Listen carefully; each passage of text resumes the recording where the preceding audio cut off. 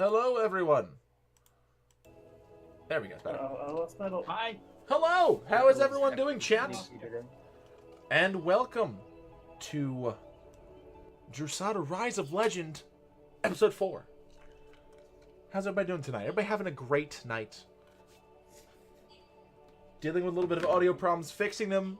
Less stutter at the beginning this time, so that should be better. Before we begin, does anybody have any announcements? I can see everyone but you, Chili. I can see you. I can see everyone but Metal. I can see clear. Now I don't see Az either. Oh my god. You guys are fucking killing me. Well, these are announcements. You asked for them. We are announcing our Okay, speech. we have announcements this week. On Thursday, we will there's a 50-50 shot that Will's game might happen. On Friday, there's going to be a one-shot. On Saturday, there's going to be a one-shot. And on Sunday, there's going to be Galen. That's the only one that we can guarantee. Yes, we can absolutely guarantee Yalen on Sundays. But everything else... If you're having audio issues, you need to turn your master volume up somewhat, so Okay. I can't hear the stream. I'm up as far as I can go. I saw Metal for like 5 seconds. Hey, you. Ah! It's not bad volume-wise. Test one, two. It's fine. Is your master volume up, Zelda? Why can I never hear them? I don't know. Yeah, we are real low compared to you, There we go. All right, I turned you guys all the way up. There you go. and we sound like we're in fishbowls Do again. you hear me? I don't know why the fuck you guys sound like you're in a fishbowl. Okay, I'm working on it. Okay. Okay, I can hear myself if I yell. I'm not gonna yell, but we'll see how I sound. There we go. All right, turn I you guys usually up yell. even more. Oh, I'll sound pretty turn good. Okay. myself down too. No, leave yourself. Fuck off. All right, Okay, you're so fine. You're fine. yes, so Thursday, Friday, Saturday, all one shots. Check over at Metal's channel. You can do exclamation. No, point Metal. Thursday is still. Oh, that's right, Thursday is Thursday- still. Thursday we're up in the We air. just don't know if we're happening it. Yes. It depends on if Will has internet or not at the hotel. Gotcha. Thursday is up in the air due to Will having to move around a lot. Friday one shot, Saturday one shot, Sunday definitely Yalen, and then after this week, God damn it, Zelda. After this week, turn myself back up a little bit. We should be back to a normal-ish schedule.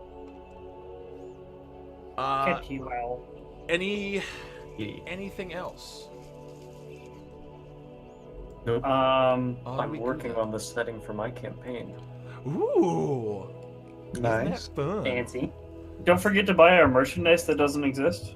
Yeah. I mean, technically, I do have merchandise. I could make something. Nobody cares about your merchandise. Wow! Don't buy that. You know what? I'm just telling you, I could make a fucking Drusatta shirt, a nice little Rise of Legend. Man, shirt. I just realized I should have made my character a rogue, and all they said was, "Oh my god, Crash Bear!" the entire time. Yeah, you could. You could absolutely. So if you guys want to earn my Curse Mode shirt, check out the merch. All right, I'll probably You're welcome. I can send out a Rise of Legend shirt design. I'll get back to you guys about that. Alrighty. So, without any more stalling, let us jump into episode 4 of Rise of Legend. Oh my god. Cue imaginary title sequence. Rah! I Shooting. attacked someone. Shooting arrows and magical stuff is happening. Woo! Oh, I Um, see Metal. Excuse me? I have a gun. You shoot. And then Katrina shoots a gun. Bam! Yeah! And how does lightning damage? Oh, no, thunder damage. Okay, so, last time on D&D, we picked up with you guys waking up in the town of Doncaster after a, very hectic day. You were on your way back into the North Pine Forest in your, attempts to try to track down the rogue Roven by yourselves, who you eventually came to learn was named Ekoki, who is the sister of Gavan, a Roven you have met briefly in the Roven village.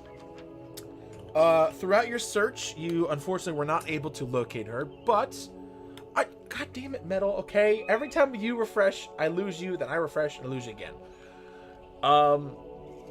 So you eventually, Gavon did end up finding you guys, gave you a little bit more information about his sister, basically telling you that she was a former Beastmaster in their tribe, and after an encounter with some of the clanners of the Northern clans, she got too caught up in her bloodlust, and she swore that she would wipe out the clans.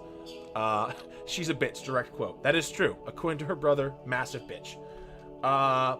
So, from what you gather, she has been gathering up these different gnolls and other creatures of the forest in an attempt to, for some way or another, she is trying to rid the forest and rid Northern Arcalia of the members of the Northern clans. You eventually did track her down to a small ruin filled with a couple gnolls and, oddly enough, a few skeletal undead looking gnolls, to which your paladin was not having it. And during the fight, she eventually did reveal herself as she fought one-on-one with her brother Gavon. And as the party surrounded her, she produced a small crown from her bag, which a few members of the party immediately recognized. And upon placing the crown on her head, she teleported away. After which, there was a couple heated discussions with Gavon about the nature of the crown and what he did and did not know. And from there, Gavon has told you he will take you back to the tribe, and as the party began to follow, drinking their drinks after a nice victory, that is where we pick up. So, as of right now, you guys are headed away from the ruins, Gavon leading. He's already told you it'll take you guys probably about an hour and a half to get back to his village. And about how long have we been walking? Just left? You just left at this point. Okay. I'm just giving you guys a chance if you wanted to talk to each other, talk to Gavon as you walk, or we can just fast travel it right back to the village. Damn it. Is anyone else getting tired of these druids? I was tired of them before I met them. That's fair. They do seem to have quite a bit of trouble. Let's see if he hears this shit talk. We're not hiding it. Doesn't matter. Doesn't matter. He doesn't hear it. He is just walking ahead of you, leading you back through the forest. Carrick's just shortly behind Gavon, just with kind of a scowl on his face. He's just not in the mood. He's working on getting in a better mood, but he's not happy at the moment. You know, pretty sure I could just take him out from here. I could just leave. Works for me. I don't think we'd get our information then. I guess. So, are we sure it's that important? Well, I was all for going back to the bar, but no. Follow the Roven. Yeah. Oh well. I guess we'll get the information and then we can deal with it as we want. I feel like this is a higher pay grade than the original contract, though. If we don't die in the process. The danger is definitely up. Again.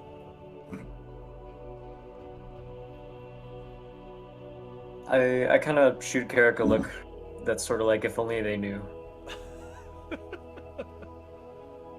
Carrick's not really paying attention to you at the moment. He's just eyes straight forward. He's just thinking everything over and working on trying to keep emotions and everything in check. He's trying to think of basically what this means and whatnot, and just try not to have too many emotions showing.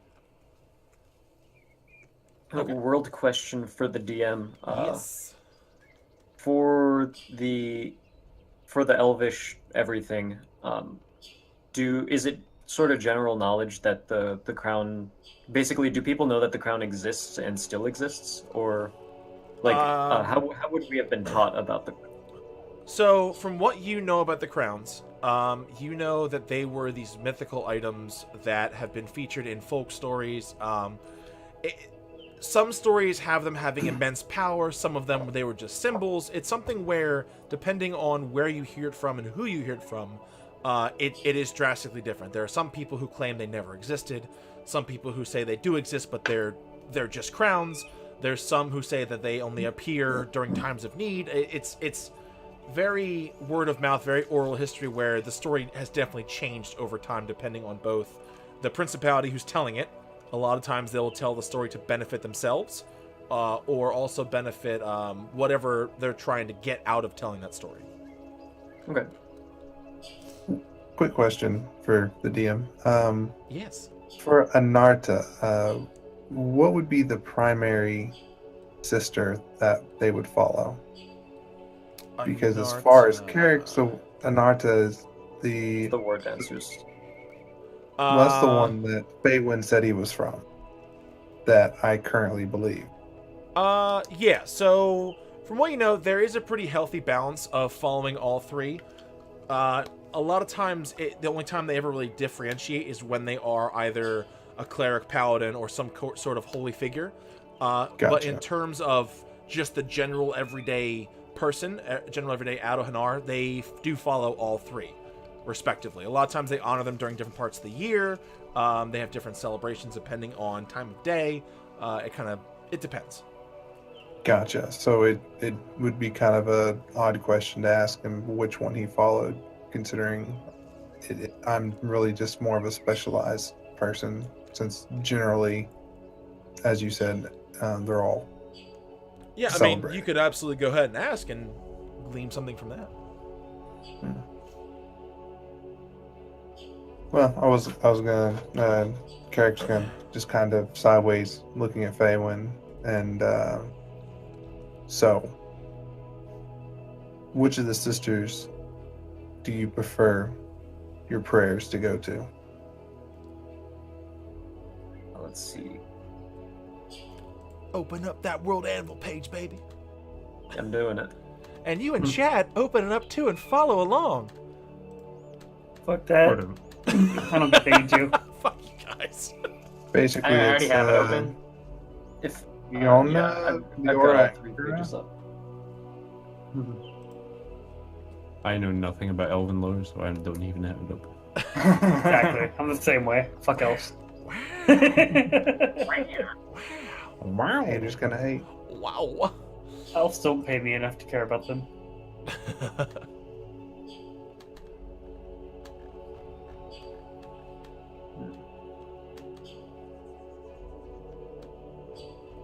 Tough choice. Figured this would be something you already kind of had straightened out. I didn't have one that I specifically preferred. You can just say that. Yeah, I'm just gonna... I'll go with that then. For the most part, I don't think I can really pick a favorite. Don't really think I can pick a least favorite either, to be honest. It's a balanced worship. Says he that prays to the dwarven god. I'm not a priest, or I'm not a cleric of a dwarven god. And what about you? Any specific goddess that you're more inclined to? Carrick's just gonna give him a really odd look. Like, I thought that was fairly obvious. So you've got like the symbols then? Well, the silverish gray flames and the holy symbol. I kind of figured it gave it The away. holy symbol. All right, yeah, sure. Let's roll with that then. It's hard to keep track of what everyone's specific things are. It's Leoro. Yeah, so you especially knowing, seeing what Carrick's done, kind of interacting with him, you would probably assume he would have a bigger connection to Leoro due to his the nature of both his magic and also kind of his personality in a way. Okay. Alright, so as you guys walk, Gavon does turn around to you. Well, it's not much further. Just follow me and just let me do the talking.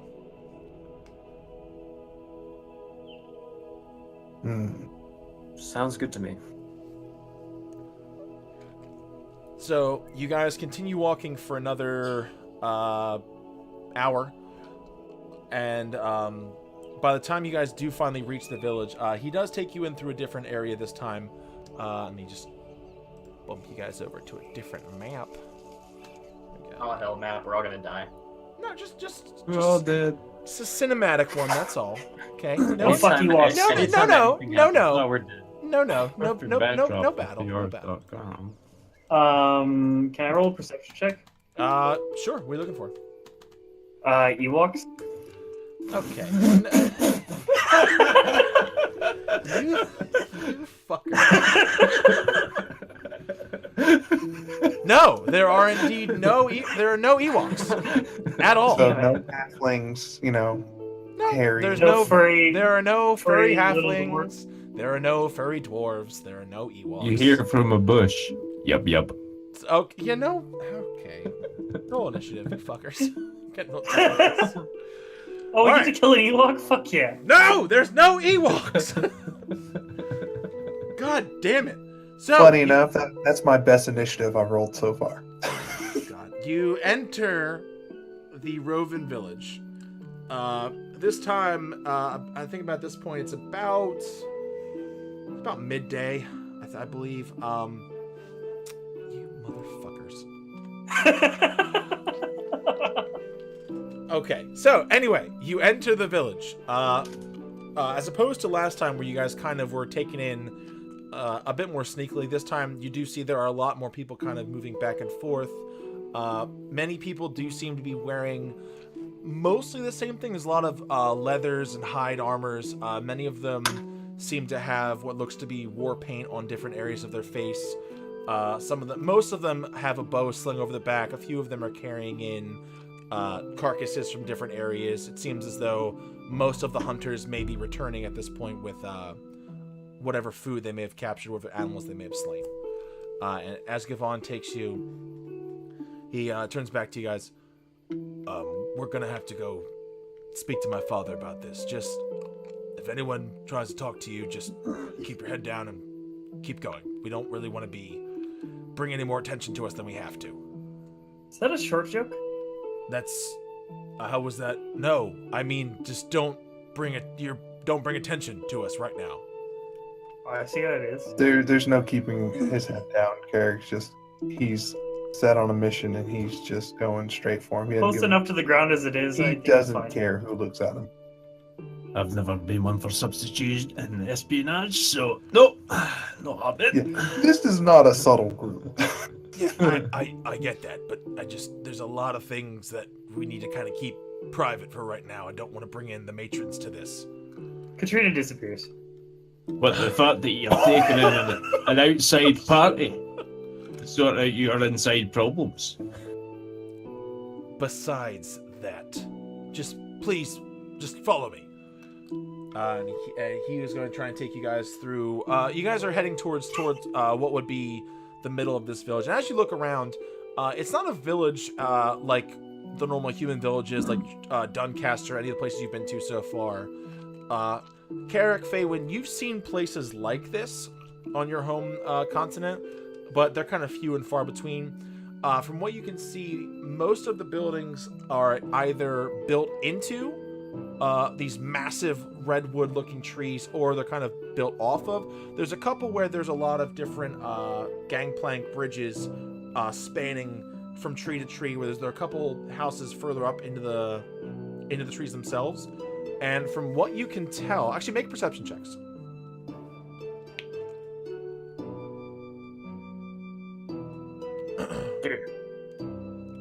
Okay. Always gonna one-up me. Always. Okay, so as you guys walk through, you notice there are a couple people kind of milling about. Carrick and Faywin, I guess that does make sense. You guys would notice this. What you notice specifically is where you're walking now on the ground, like on the ground level, there are not many female Roven. It seems to be mostly male. You do see the couple. Sexist. You do see a couple female Roven moving back and forth, most of them heading up into the higher levels of the trees, but from what you can tell, this lower level seems to be primarily men. Okay. Now, on and I'll think of it in a minute.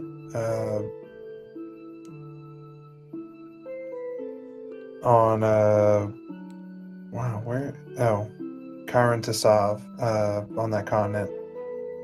Is it a similar sort of hierarchy in the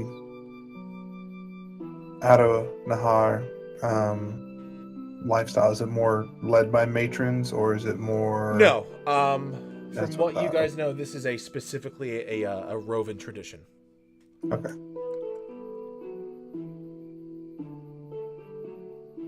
I'm just gonna keep following the leader then. Okay.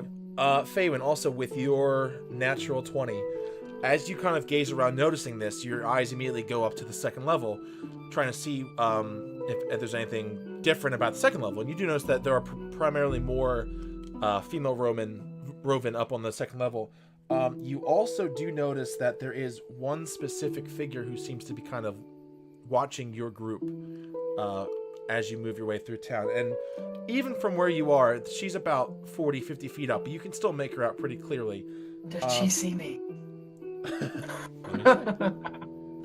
I rolled a 25. No, she does not. With a Okay. natural 20. Yeah, you got a natural 20.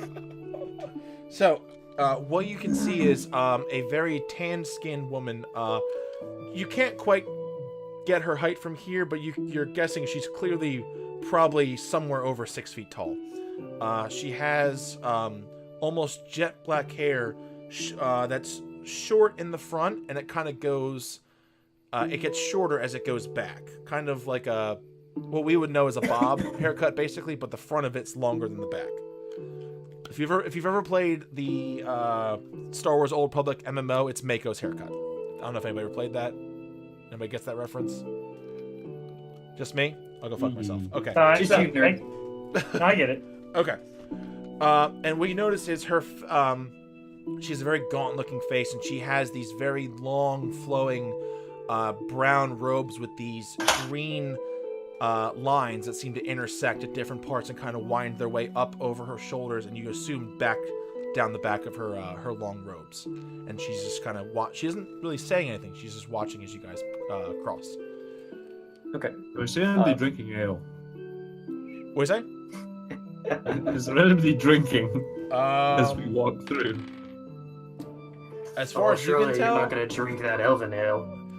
as far as you can tell, no. You'll drink anything There at this are point. there are many people kind of going about their business. From what you can tell, on this lower level, it's mostly people. It's tradesmen, mostly people doing manual labor. No one seems to really be drinking right now. Everyone seems to kind of be at work. Well, yeah, it's also like around midday or so. Yeah, it's about noon. And? Yeah, to a dwarf, this is late.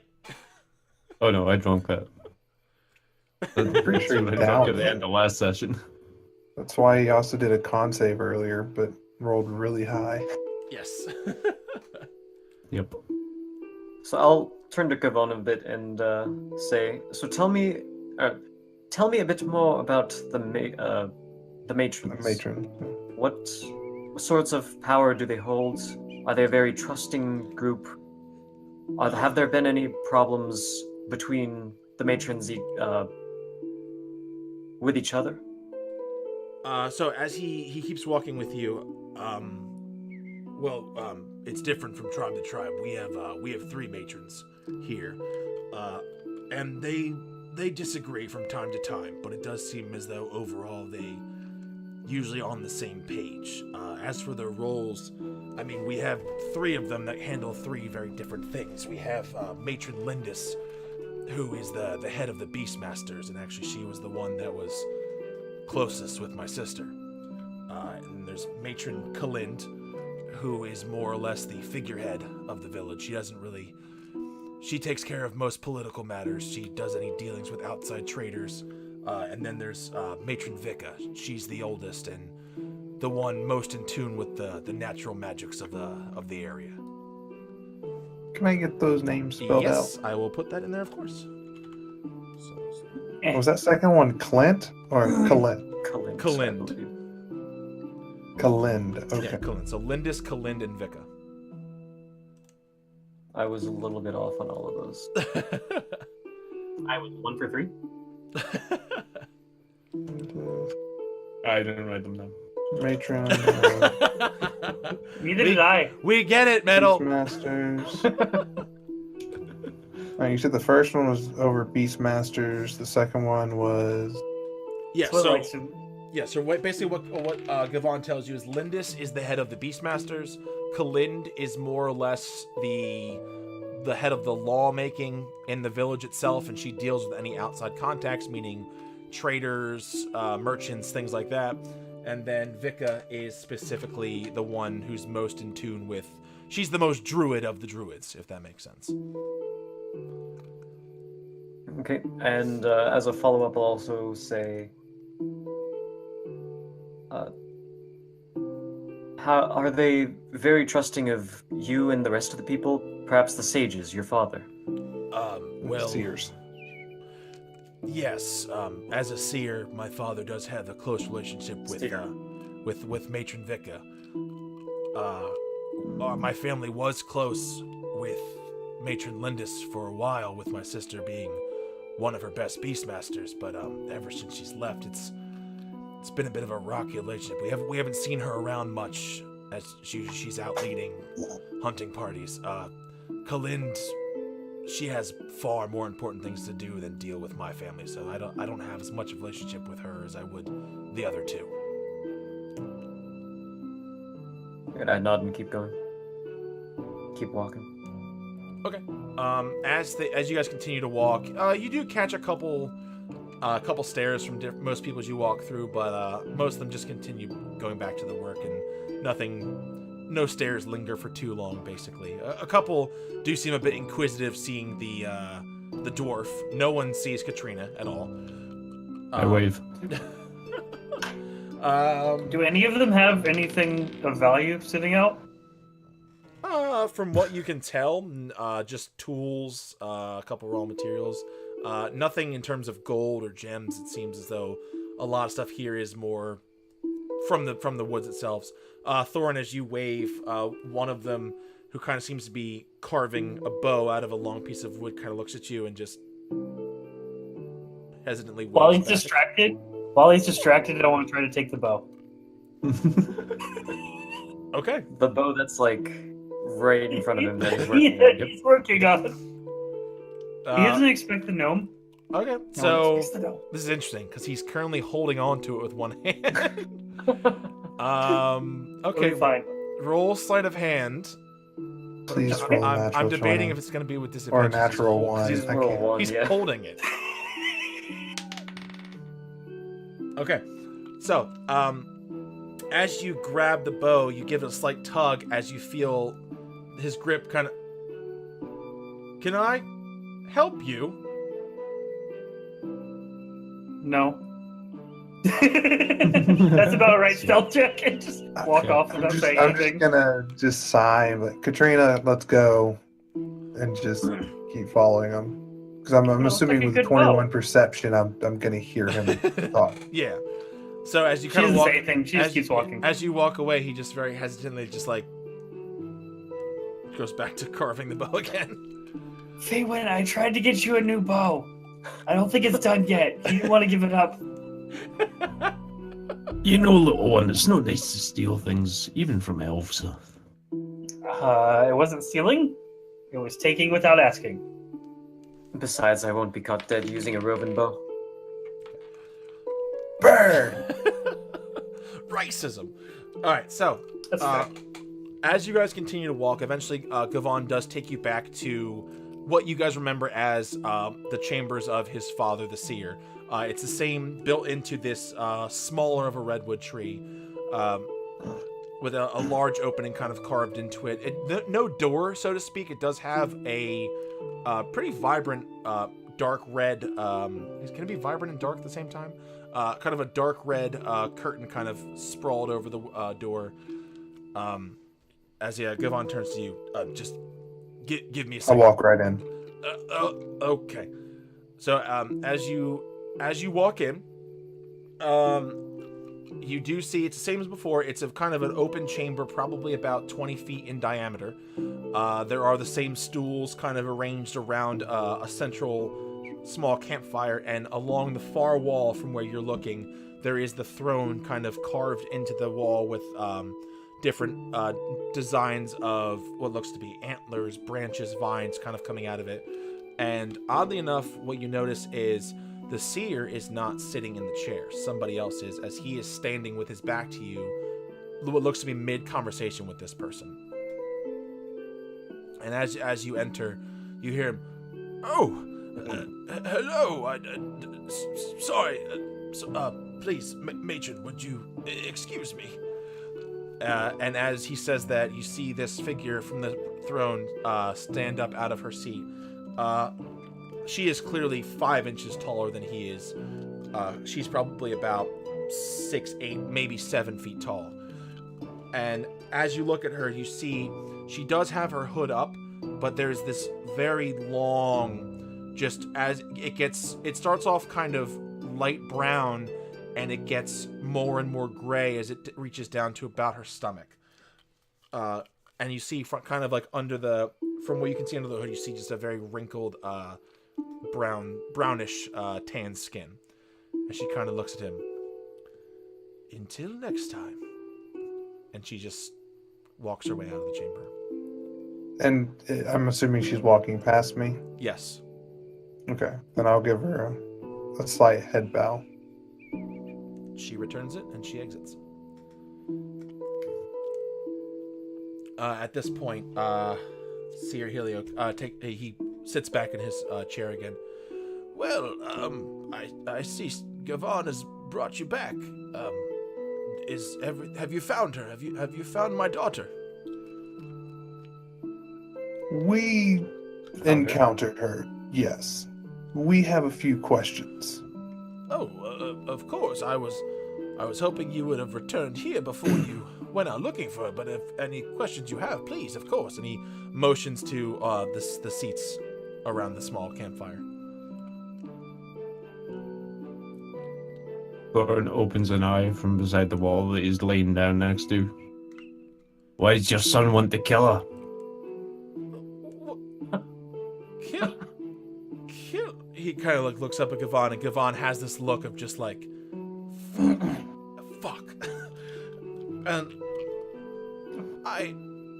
Why does she have the crown? You see him kind of, and as you keep asking these questions, you see he's kind of just speechless for a second before he stands himself up. And before I get to your question, and he turns to Gavon, and you see this whack just backhands the shit out of Gavon, sending like this.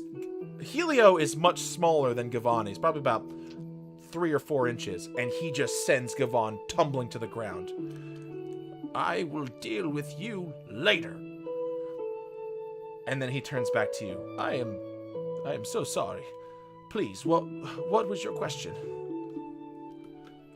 Why did she have the crown? Why did you all have the crown? Sorry, a little southern there. Crown. What? I don't understand what crown you're referring to. Insight. Go ahead. It's very insidious insight. From what you can tell, he genuinely does not know what you're talking about. Is Gavon still sprawled out on the ground? Yep. He's kind of hesitantly, you can see in his eyes he looks angry, but he doesn't really fully get up. He kind of is up to a kneeling position. I'm just gonna look at him, tell him you saw it as well. You obviously know what it is. Tell him. So Gavon kind of stands back up again and looks to his father. She has a crown that belonged in... It was in the possession of the matrons, and now she has it. And Helio kind of looks at him just even more. This look of what seems to be confusion that is just beginning to turn into just pure anger. As he looks at him, what do you mean, belong to the matrons? Speak now! As Gavon looks back to him, it was something that belonged to Matron Lindis. It's an old artifact. I don't know how Ekoki got it. I don't even know what it does. I know hearing her, she used to train with Matron Lindis. She told me stories about this crown. I thought it was just a bedtime story, but apparently it's real. I don't know. None of the other matrons have told you about this. I thought you of all people would know. And then, whack! He just gets backhanded again, mid-sentence, as Helio kind of stands over him. You do not tell me what I know and don't know. Leave! And Helio turns back to you as Gavon kind of scuttles his way out of the room. Thorin chuckles as he walks past him. I am so sorry for this. I did not realize how complicated this has become. Oh, and he sits down and kind of puts his head in his hands. I'm sorry I don't have the information you need. Would you like to speak with the matrons? Maybe at least they will know of this item. I think at this point you might want to let you definitely want to let the matrons know. I mean, it's more than just a family problem at this point. Yes, so it would seem. Nice. Carrick would like to talk to the maidens. So hoping for a net one. What was that, Faywin? He basically was. I was basically just saying, Carrick definitely wants to talk to the maidens. Oh, well, I'm sure I can. Just please stay here. My home is yours for the time being. I could gather the matrons and grant you an audience. Just give me a moment. Do you have any food? Please make yourself at home. Yes, and he motions over to one of the sides of the room where there is a very oddly enough, it looks to be an oven that's been carved into the side of this tree where it kind of vents out into the rest of the forest. And inside you do see a small pot that seems to have a bit of bubbling liquid in it. There are different vegetables. Cookies, go fuck yourself. They're not Keebler elves. No pancakes. And there are different foods out on the table, just bits of scraps of different meats and animals. And some are cooked, some are not. It seems as though he may have been in the middle of cooking before his previous meeting. Just a warning, your drink is going to be gone by the time you get back. It's... As you say that, you hear Thorin in the corner. He is passed out. Perhaps not. Never mind. Well, perhaps just make sure he doesn't do anything foolish, then I will return as... We wouldn't be able to stop him. I'm not surprised, really. I will return as soon as I can. And he kind of hobbles his way out of the room. He doesn't exactly have a cane, but he definitely does walk with a bit of a slower gait. Leaving you all in the room by yourselves. There is a table full of food. There are there's bits of rabbit. Looks like there's venison there as well. There are plenty of vegetables in there. In the pot in the oven seems to be some sort of stew with bits of meat and vegetables in it. So if you would like, you may eat. Otherwise, you can wait for Helio to return. Carrick's gonna sit on one of the benches and sort of sort of kind of meditate, just kind of, muttering to himself some different prayers and whatnot, kind of center himself to keep himself calm before meeting the matron so it doesn't get out of hand. Well, he said make it like home, so I'm gonna get food. Ivan would sit at the table, pull out his dagger, and kind of just like poke at some of the rabbit. You think this Roven food's safe to eat? Unfortunately. I hope so. Katrina's just like eating the soup, doesn't care. They haven't died yet. Roll a d10 to see how Unfortunately, it's delicious all we it have. is. Okay. Roll for deliciousness. Roll for adjective. All right, so Ivan, as you eat the rabbit, it's pretty good. I mean, obviously you've made better, but I mean it's up there. Katrina, it's elvish soup. I mean, it's all right. It's food. It's edible. Yeah. Well, it's a far sight better than that stew from this morning. God, that stuff was horrible. I forgot about that. Deliciousness. Okay, so I think after 10 or so minutes, and when Faywin sees Katrina's all preoccupied with the food, he's going to walk over to Carrick and just sort of gently start saying, "Well, I know what you're thinking. It's something like this. It would be quite. We both know that it would be quite a prize to bring back the crown to either of our respective principalities.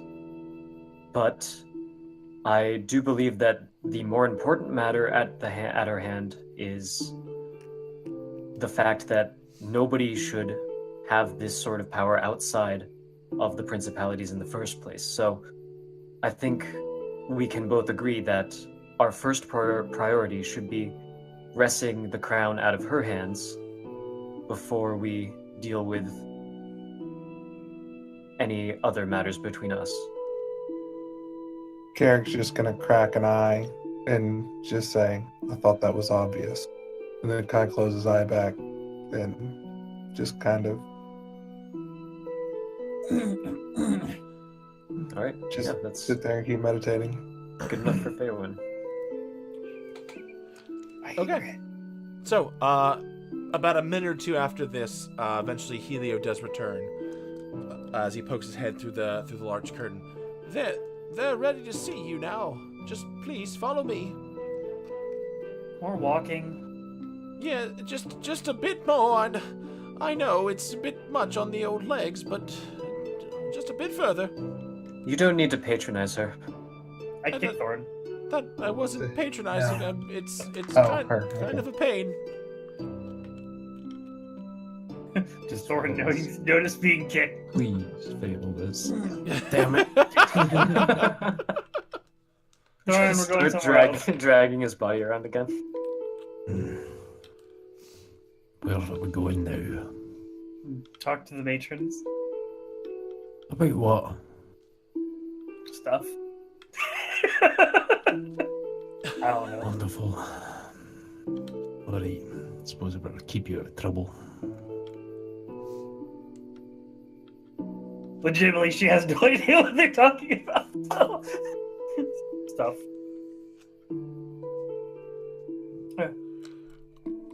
Okay, so as you guys all follow Helio out of the tree, he takes you back similar to where Gavon took you the first time through the town, but he eventually does take you to where there is a wooden rope bridge that leads up into the second level. And as you guys ascend this bridge, eventually you get to the second level where the buildings here are of much stronger make than the ones on the lower level, and also from what you can tell, where on the lower level most of the people down there were the men, and they were much more they looked to be laboring types. They had ragged clothes. From what you could tell, many of them were working on some sort of manual task. On the second level, not only is it more predominantly women, from what you can tell, many of them are carrying weapons with them, seem to be kind of guards on patrol. Many of them are keeping an eye out on the lower level, but you notice not many are patrolling down there. They seem to be patrolling from up here. And eventually, as you guys make your way through the treetops of these rope bridges, all the surrounding trees seem to be kind of surrounding this one larger tree in the very middle of these different walkways where they all lead into this tree. And as You could say the mother tree. basically, yes. As you get closer, eventually, Helio brings you closer to this very ornate door that seems to be completely wooden with bits of glass here and there. It gives it kind of a stained glass feel as vines have overgrown some parts of it. And standing in front of it are two very large Roven women, both holding spears at their sides. And they look to Helio, and Helio kind of keeps his head bowed, and they eventually stand aside and let all of you pass into the room. And No head bowing, just looking straight ahead. okay. And as you walk, the two guards don't pay much mind to Faywin, Carrick, and Ivan. There's a bit of a side eye at both Katrina and Thorn, but other than that, nothing outwardly aggressive. There's no I don't notice. Yeah, there's no sneers or anything. It's just kind of a like, and that's really about it. As you eventually enter this chamber, you walk through. This larger tree is probably about 100 feet in diameter. It is a massive tree, and from what you can tell, it is hollowed out until the very edges. There's probably about 2-3 feet of bark between the inner wall and then the outer bark of the tree. So looking in, the ceiling immediately rises up, and the odd thing is, if you look straight up, you can see straight up through to the sky. But you know for a fact, walking in, there was a closed canopy. But yet, looking up, you can see straight up into blue sky. And the room is very wide. There are circular tables kind of around the edges of the walls. And again, on the far side is a throne similar to Helio's, but much bigger, much grander. And there are actually 3 thrones embedded in the wall, same size, similar designs. There are bits and pieces different depending on which one's which. The throne in the middle has vines growing over it, has different designs carved into it, very similar to what Helios's chair looked like. The chair to your left has arrows carved into the sides, almost like they're spraying out from the back. And the chair to your right seems to have what looks to be large pikes made of wood along the back of the seat. And as you look, in the middle chair is the same woman you saw leaving Helio's house previously. And then in the chair to your right, the one with all the pikes in it, there is another woman. She looks much younger than the woman in the middle, and she has very long, almost white blonde hair that's pulled back into a braid that kind of right now is kind of running over her shoulder and across her chest.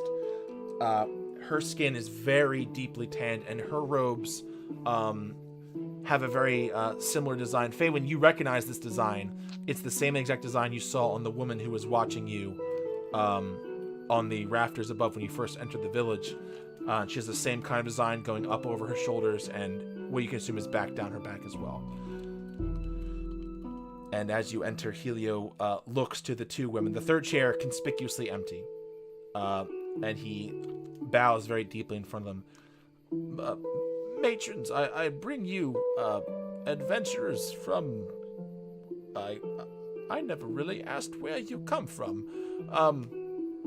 They have a few questions and information you may find valuable, if it please you.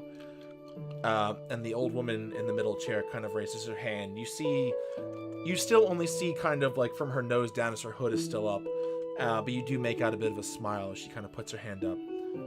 Please, Helio, that'll be enough. as he kind of, still bowing, kind of backs his way out into to the side of the room. Well, what can I do for you? What information do you have? As she looks to the group. Well, I guess Carrick would approach to, I guess, about the middle of the room, or closer to where. Guys, I'm guessing we're just coming into the tree. Yes, so you just came in. Their thrones are towards the other side of the room, so you have a good probably 40-50 feet until you get to where they are, and then behind their thrones there's a bit of there's like something built into the tree beyond that.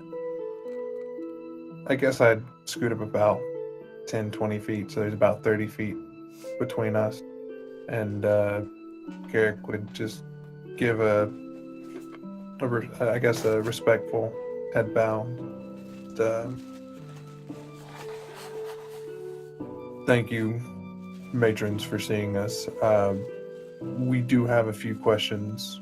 We were asked by Seer Helio to capture and bring back his daughter, Ekoki. I believe that's her name? Ekoki? Ekoki. Ekoki. Ekoki. Right. As I got the matron- spelling. As It's the just- matron blows her nose. You're right there, you got a cold. No, that's role playing. There We is a lot of dust in these trees. I'll be fine. But we've already encountered her. you have. My question is, why does she have the crown? As you say that, the smile kind of fades from her face. So, it's true then. We had heard that she possibly had stolen the crown. Unfortunately, that was not really under my or Matron Kalin's protection. That was under protection of our... And she kind of glances over at the empty chair. Wayward sister. And where is she now? Feywin says, before pausing and stepping forward, taking a bow and also sort of announcing his origins. Feywin, from a war dancer from Anarta, the Principalities. Well met, Feywin. As far as I know, she's out on a hunt or doing whatever it is she does. She operates with a bit of leeway or free reign, really. She doesn't concern herself much with the village itself. She mostly keeps to the outer woods. When was the last time she was back here? About 3 days.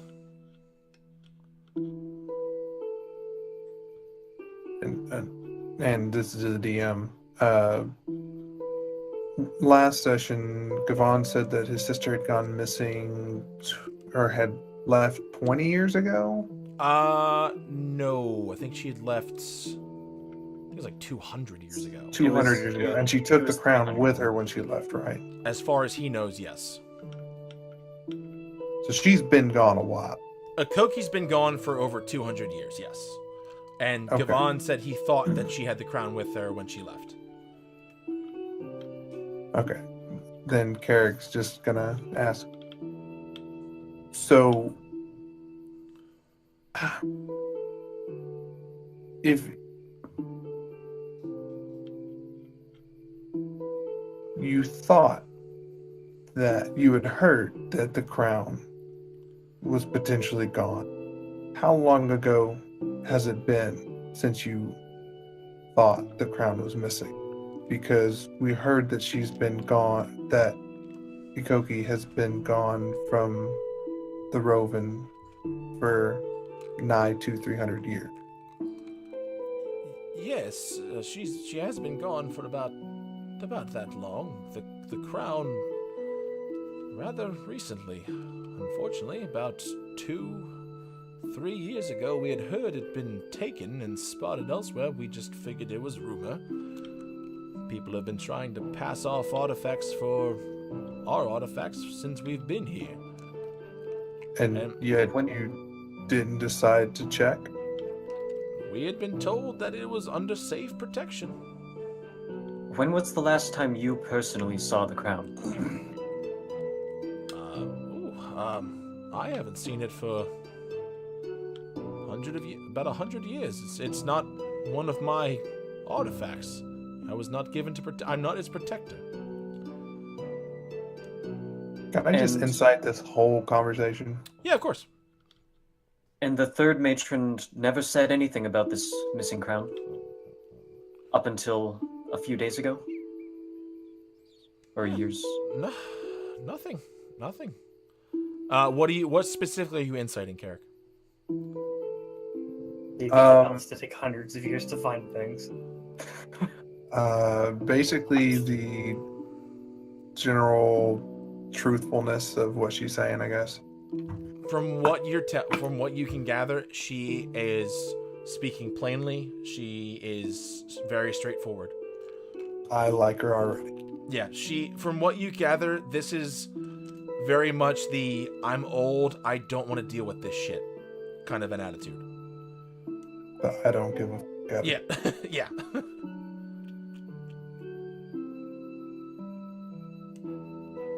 All right. And I guess Faywin will turn to the other matron. And how about you? When was the last time you've seen the crown or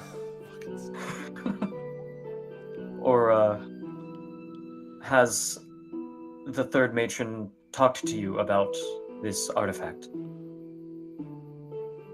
Well, personally, I don't oversee any of the artifacts. I deal more with business here in town. I haven't seen Lindis in a while. I think the last time I saw her was about around the time Ekoki was banished. You must keep in mind, we may go decades without seeing each other. We have things to do. We have business elsewhere. I do see, and she motions to the woman next to her, I do see Vika more often as most of her business takes place here in the village or the surrounding areas. Lindis, she's been gone. She sometimes leaves for hundreds of years and returns later from some unknown quest or mission or crusade.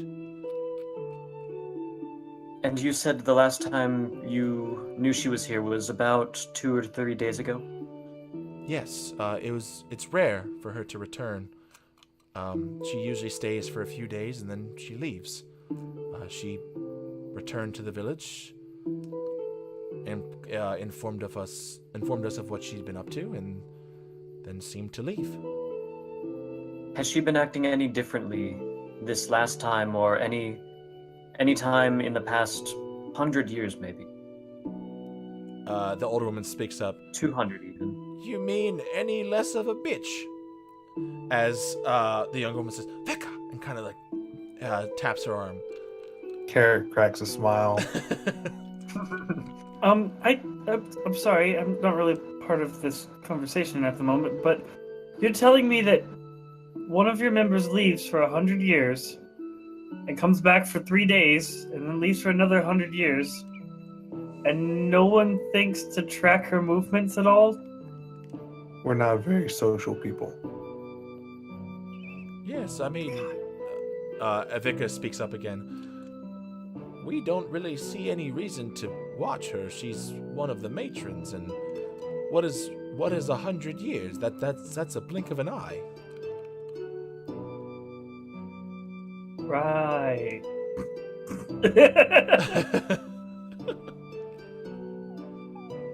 Don't mind her. She's not well versed in anything regarding elves. It has little to do with elves and more to do with logical aspect of everyone can be a suspect. Look at you elves now. All through the woods, it's elves this and Roven that, and now that you're here in front of the fancy ones, they're all elves.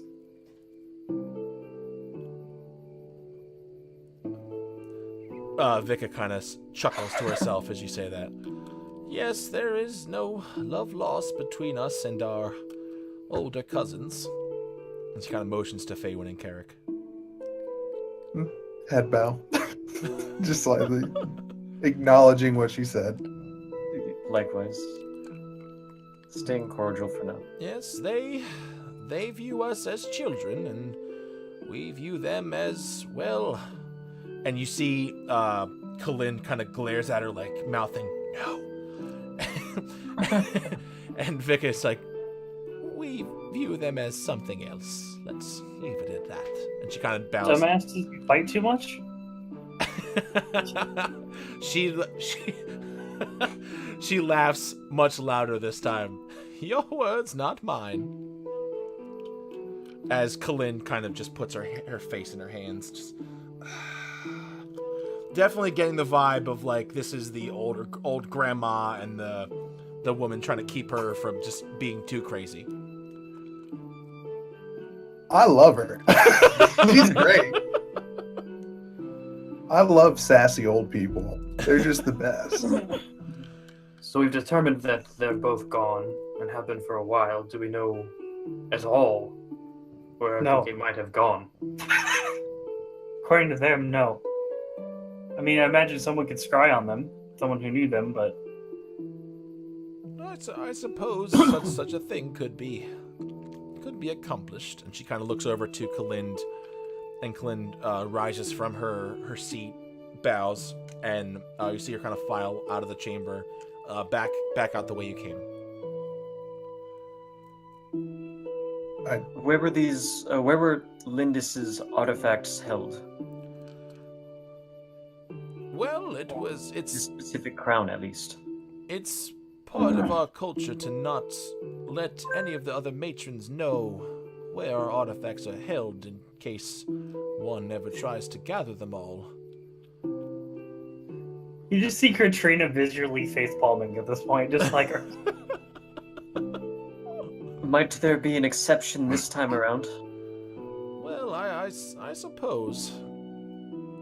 And as you say that, Kalind returns, this time, with another, a male kind of wearing a robe very similar to theirs.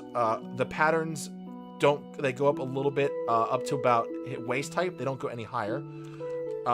And he kind of moves his way in, keeping his head bowed, and you see kind of a shaggy brown hair, again, same deeply tanned skin. Around from what peeks out from under his cloak, you see his forearms seem to be covered in these elvish symbols that kind of wrap up and go up into his palm on both hands, as he eventually does enter and kind of keeps his head bowed. As Vika turns, if you'll excuse me, I think we have someone who might be able to help us. This is one of our other seers, Seer Arendir. And he kind of pokes his head up and nods to you. You summoned, matron. Yes, I'm hoping you could help us locate someone. I think I know who you're talking about. Yes. The older bitch, not the younger one. I wouldn't mind knowing where the younger bitch was as well. Well, we'll see. She's the one currently holding. And these But- two are the only ones that have been particularly bitchy? Well, yes. Ekoki was Lindis's best student. And I let it go for far too long. It seems as though I should have been checking up on her, as your small friend implies I should be doing. Thank you.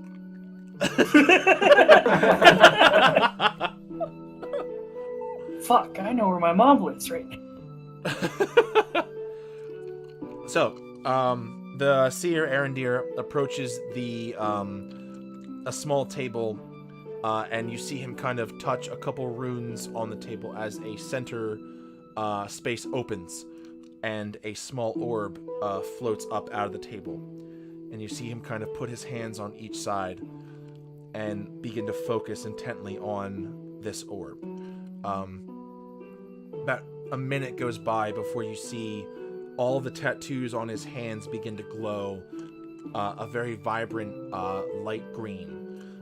And as they do, the light seems to kind of emanate from his hands and flow into the orb as it swirls and swirls. And then eventually you see his eyes flare open.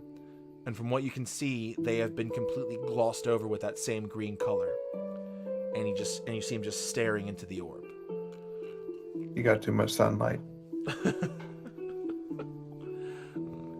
It takes about a minute before eventually, very rapidly, the color fades from the orb, and you see him look up as the color again fades from his eyes back to his normal brown color. He kind of breathes heavily. I know where she is. Which one? The older bit. Yes. She's here. She's in the village still. And immediately Vika snaps her fingers and 3 of the guards run out of the chamber. Do you still want me to locate Ekoki? Yes. Okay.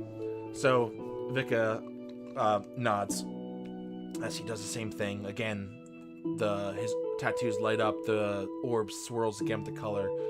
After another minute this time, he kind of looks even more out of breath this time as sweat kind of pours from his face. She's south. She's in the mountains. Map time. Right. Okay. So, let me... I kind of walk up to Thorin, and I'm just like, is this why all main cities need a fucking gate? So, from where you guys... These, like hills? Let me jump back to... Or like a mountain? this. Okay. So, from where you guys are right now, you're about up here. Where he's referring to is right here. It's a little southwest, but still south of where you are. So she's somewhere in, according to him, she's somewhere in those mountains. Awesome. Which you can tell as you prod further.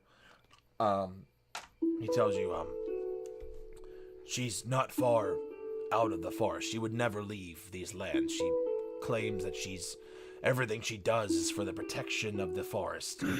So I don't imagine her being too far out of the forest in the mountains. Not to mention she's getting very close to clan territory, which may be why she's there.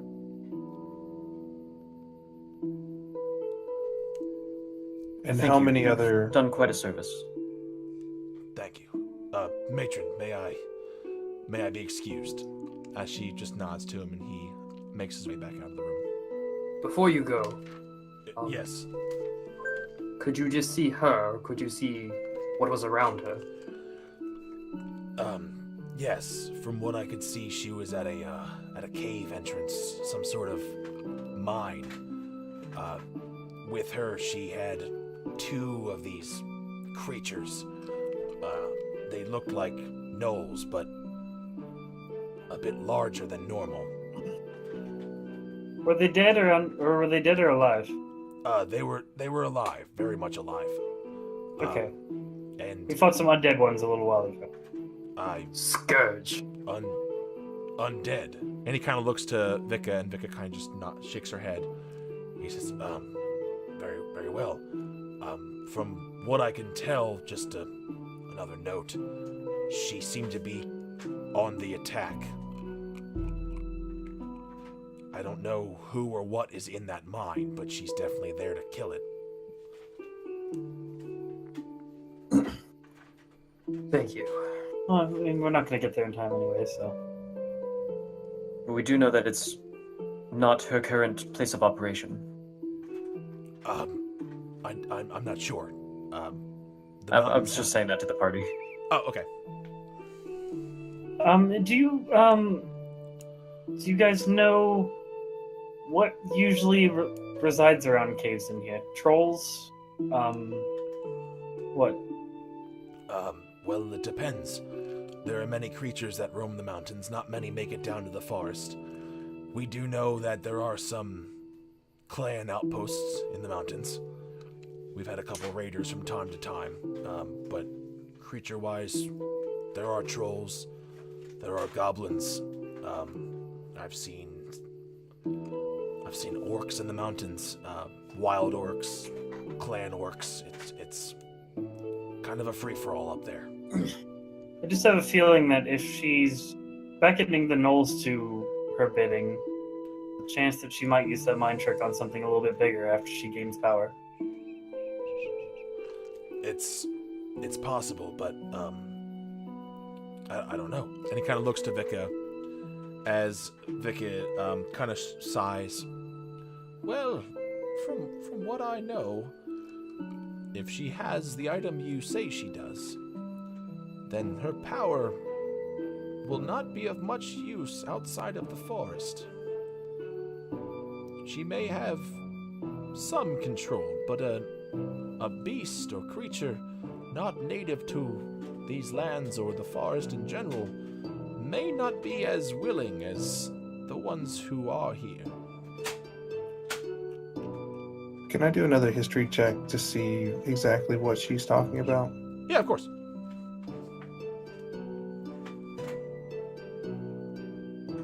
How much do you know about the crown? And I its know power? no more than I already knew. Yeah. Basically, Carrick, with that history check, that does sound a bit familiar. You know that it does have effects of controlling minds and possibly Plus even the other stuff. yeah. Maybe it's just in forest. You hadn't heard that before, so possibly you're not really sure. Faywin, as you asked that, I'm not entirely sure what it does fully. We've never really. It's more been an heirloom than an actual useful artifact. Then what proof do you have that it only works within the forest? Or did Lindis just say that? I'm going off the stories I heard from it. You have to keep in mind that this artifact really is what it's supposed to be. It's older than even you. I'm well aware. But I would rather not make any assumptions that we're not completely sure of. If you want to make a history check, to see if you gather information from the background.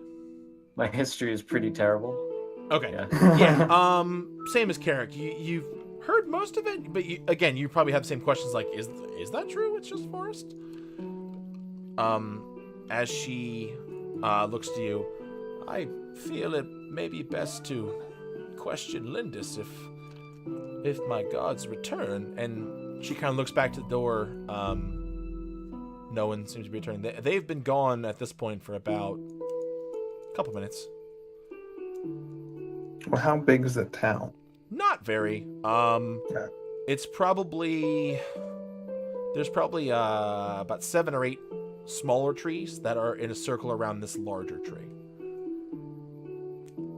Well, he never specified where she was at. He just said that she was in town. Yes.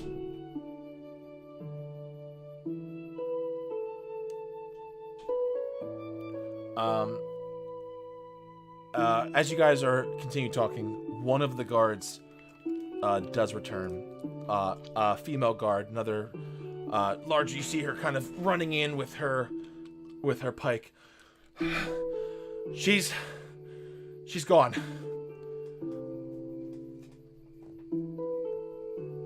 I hope Of this doesn't course. surprise you. Seems you have an issue with your beast masters.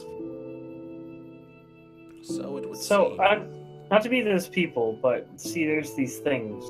They're called walls. And if you have them at the outside of your city, people usually can't get out without a guard knowing. She kind of just looks at you and just continues talking. Yes. Well, Well, you should have eyes and ears throughout all of these trees in the nearby forest, should you not? That's how we were contacted in the first place. yes. Yes, but I we have believe they- some. But I believe they also would report to the Beastmaster, more than likely.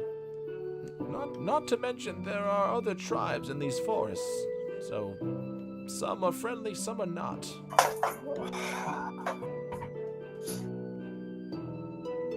Well, let's let's go off the assumption that, worst case, that they are, in fact, working together. And we can go ahead and try to track down Ekoki. And there's a chance that we'll run into Lindis on the way. Very well. If there's anything else you require of me, just feel free to ask. What we're asking you to do is no easy task.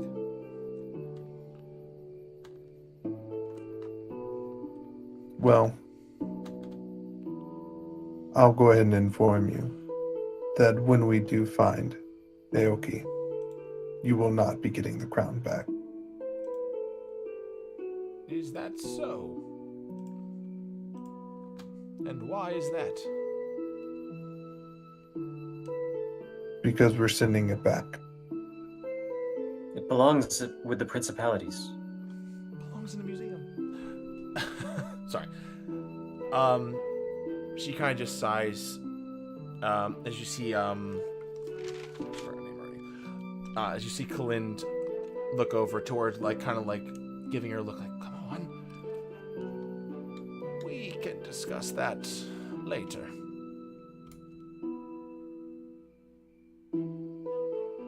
Please go. Find one of them, and surely the other will follow. And she kind of, the guards kind of begin to come around you guys and kind of motion you out of the room. Okay, go turn around and walk out before they get a chance to try and herd him out. Okay.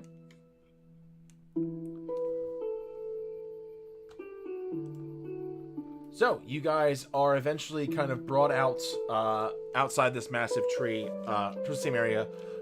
Seer Helio is still awaiting outside the chamber, so as you guys enter, you see him kind of still standing kind of meekly outside. Did you find anything? Yes and no. I lost something there, but I didn't find anything. What did you lose? Never mind. It's not important. Oh, okay. I hope you don't mind. I did overhear a bit. I think I may know where she's going. And where's that? There is an area where the mountains meet the forest. There are old outposts for the clans there. They've taken over a couple mine shafts. I always knew my daughter had no love for the clans. If she's truly in the mountains, that's probably where she would be. As for the matron, they were always very close, like student to a teacher. She may be going to find her, she may be going to stop her, I don't know.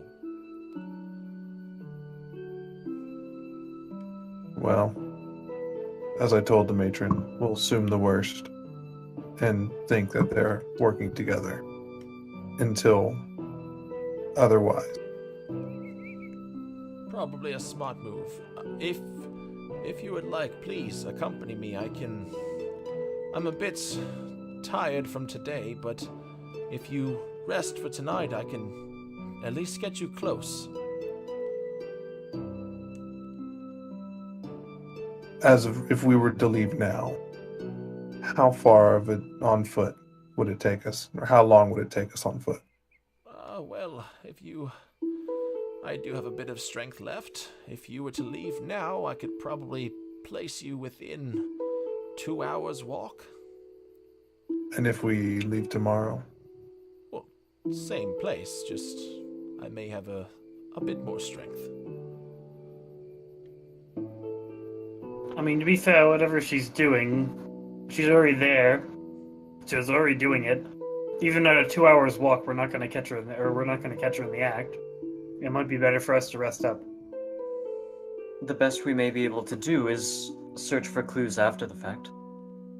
They're still going to be there 10 hours afterwards. Well, at the moment, We can't know that. I feel I only have a few more spells in me, so it might be better to rest and arrive at the top of our game. Indeed, even if we In do top not run form. into her, there's surely something there. As well as, if the matron is working with her, she was enough that we had a little bit of problem handling her. With the matron on top of it, it might be a little bit over our heads, so be better to be at our A game. I agree. Then a rest is in order. Thorin's ready to pass out. He already went to sleep once. So, we're in your care, Seer. I have no interest in sleeping in a roving village. And I have no interest in your ways or your battles. The elves may have a vested interest in this crown, but what interest do I have? You get to kill things. I mean, I can do that anywhere.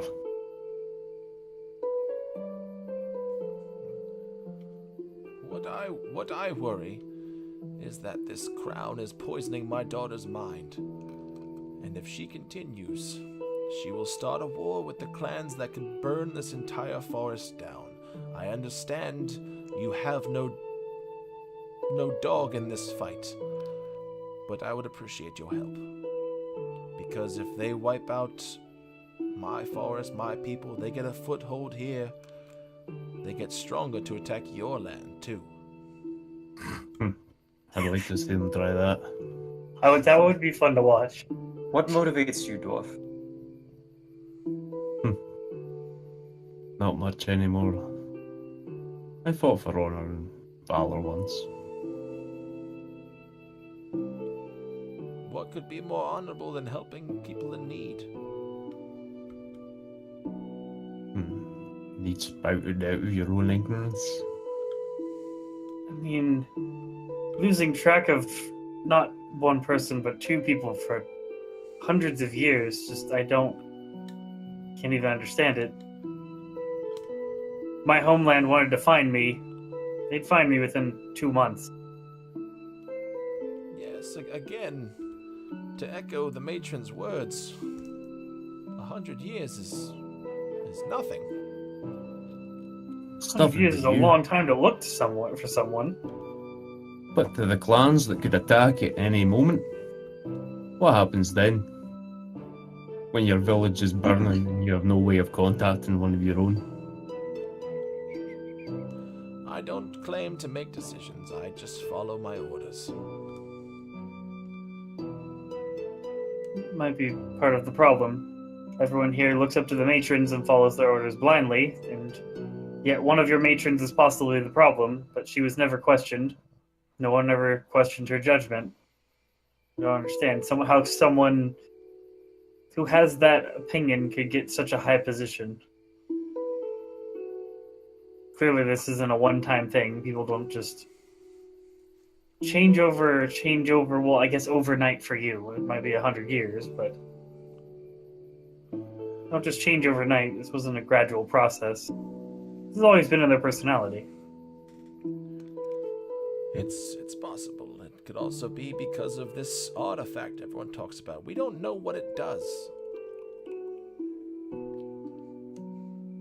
Playing with things they can't control. He kind of eyes your thunder cannon and just doesn't say anything. Yes, indeed. Well, I would please. stop trying to understand the logic of elves, little one. Please follow me. Well, Roven, anyway. I don't know, all of you take 100 years to accomplish anything. I'm surprised you can tie your shoelaces in the morning sometimes. Have you ever been to the principalities? I don't want to go to the principalities. By the time I got there, I'd aged 3 years. Just the once. So he eventually does lead you guys back down from the second level down to the first level and back to his home. So what you notice is the tree you'd brought in before isn't necessarily his home. His home is actually built onto a part beyond the tree. That's kind of just his room for welcoming people, kind of a general area. He does take you into his home, which is built a little bit further up into the tree. And he does show you there are 2 rooms that you've noticed, which you can all assume one belongs to Ekoki and one is Gavon's. As he motions, you may use either. Ekoki is, of course, not here, and Gavon, I don't give a shit where he sleeps. Is there anywhere to get a drink around here? Probably not to your taste, but I can find something. And he kind of shuffles off again to go look for something. All the droning of your voice. It's been 1 day. We've been trying So all in all. So since the original attack, yes, this is day 2. So Okay. the first day was the attack and bringing back. No, it's been Thorin. 3 days, right? 3? I think it's been This 3. is the second day. This is the second day. I forget. Because the same day we got Thorin revived, had dinner at Terrence's, then we slept, and then fought her this morning. Okay. And Second. Okay. we're Okay, yeah, now I here. wasn't sure if it was 2 or 3 days. Yeah, so it's been a whirlwind of adventure. By this point, it's about getting close to 5-6 o'clock. It's still pretty early, but you from what you've been told, basically, if he could probably get you towards the mountains a little bit earlier in the morning if you needed it. I'm gonna go into. I'm gonna take Ekoki's room, and I want to do like an investigation just to try and see if there's anything that could kind of give me more of a insight on her personality, or just kind of Absolutely, make an No, investigation. investigation? Check. Okay. Yes. As you're doing that, eventually, Thorin, Helio does come back and hands you a large bottle. Well, I know this is probably not what you're looking for, but it's sometimes it does the trick. And he hands you a bottle. Yep, that's Spit it out. that. Yeah, it's Perfect. it's this sweet wine that you take a sip, you're like, ugh. Does it have any alcoholic kick to it? For you, none. It feels like you just drank juice. Carrick, with your investigation check, as soon as you open the door, there is a layer of dust over everything in this room. This clearly, since she left, it has not been opened. It has not been touched. There's a faint smell of just mustiness as you walk in, and you see there's a bed in the back corner. There seems to be different bits of furniture here and there, either built into the tree or built out of different logs and timber. But nothing's been touched in easily 100 years.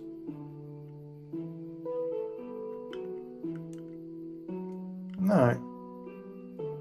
After looking around for a while, probably gonna kind of get away some of the dust, like just a little area next to one of the walls, and that's just gonna be kind of where he does his trance later on. But at the moment, I guess he just I guess he'll sit down and read some more of his book. DM question. Yes. So were the rumors and legends and stuff about the crowns, were all 3 of them in Arcalia? No, Arcalia? actually, at this point, you've heard varying rumors that they've all been seen in different areas, and you're not entirely sure where. The last thing you've heard was that this particular one was indeed in Arcalia, which is what brought you here in the first place, among many other reasons. And you've heard that the other 2, they might be here, they may be in other continents, they may be in other planes. It depends. Okay. I think I'll still pull aside Ivan and Carrick and talk to them a little bit about it and say, what are the chances, do you think, that she might be looking for the other crowns? Or they, at this point? Suppose there's always a chance in it. I didn't know there were other crowns. Each sister has a crown. Well, But I didn't really think that they would possibly even think that they'd be able to do it.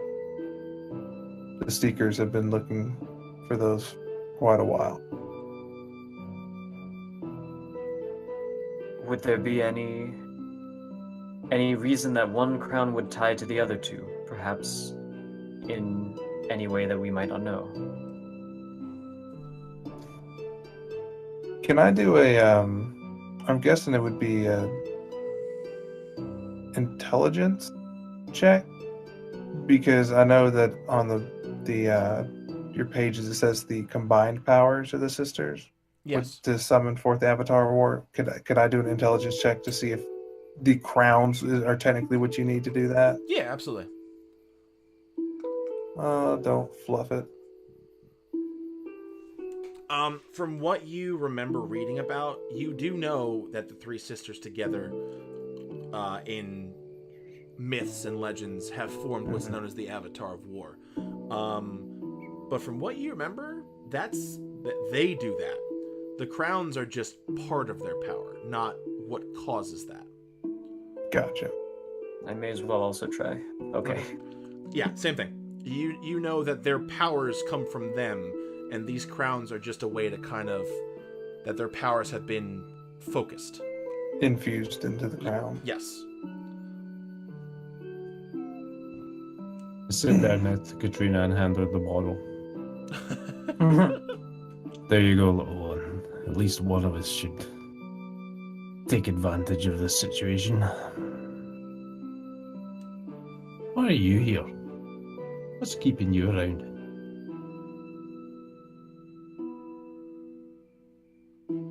Muted. Well, right now just boredom. Don't really have another job. It's gonna be a little bit until I get another job. Team seemed a little bit interesting. Besides, my business is making coin, and there's a lot of things that people are gonna want to keep quiet about this. I suppose you're right. I mean, some people are all about the greater good and all that, and that's all nice and stuff, but I've never experienced it in my life, the greater good, so I live by what, speaks volumes, and what speaks volumes in all cultures is money. Can't argue with that. There are still good in people, though. Yeah, but everyone has a price. With all too well as a dwarf.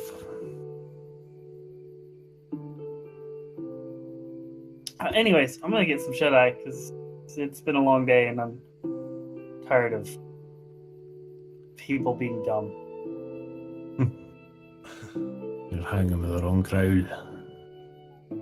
Possibly. I'm starting to realize that. Not keeping track of people. Jeez. I need to hunt them down. I'd have any of them hunted down in a month. I don't doubt it.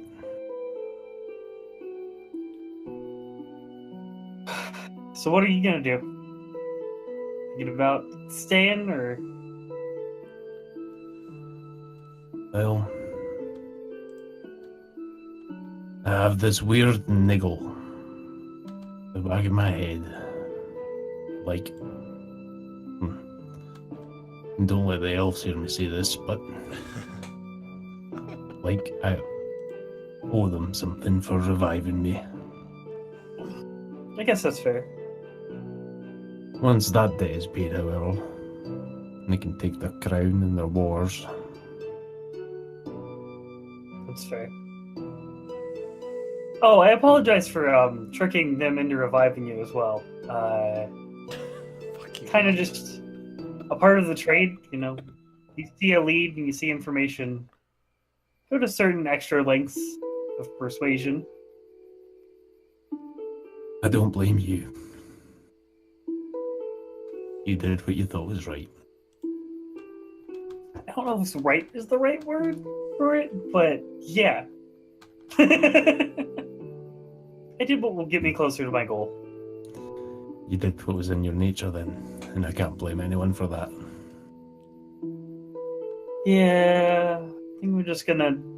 Is that wine taste good at all? Tastes like a children's drink. I think I'm just gonna go to sleep then. And she'll head Don't off. blame you, really. Have a good night. Try to You too. not get attacked in the nighttime. Well, I welcome it. She's kind of looking around for some place to go to sleep, and she realizes like everything is at like eye level for her. While she should be used to it, it's still kind of like. It was just a couple inches more than usual. You need a boost. No, I can climb.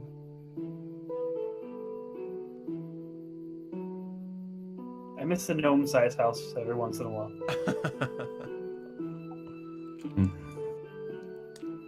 Okay, so Katrina heads off to bed. Thorin, are you also going to sleep? Yeah. Yeah, in a corner against the wall, using his hammer as a pillow. Okay. Ivan, Carrick, and Faywin, after your discussion, you guys heading off to sleep, or anything else you want to discuss with each other? I think probably, unless they have something to say, the last thing I would say is, if we'll sleep on it, and if we come up with anything about what their possible motivations may be, then we'll be much more likely to meet them and catch them before we're too late. I think that's fair. Yes. What am I looking for? Okay, so, Let's meditate on it.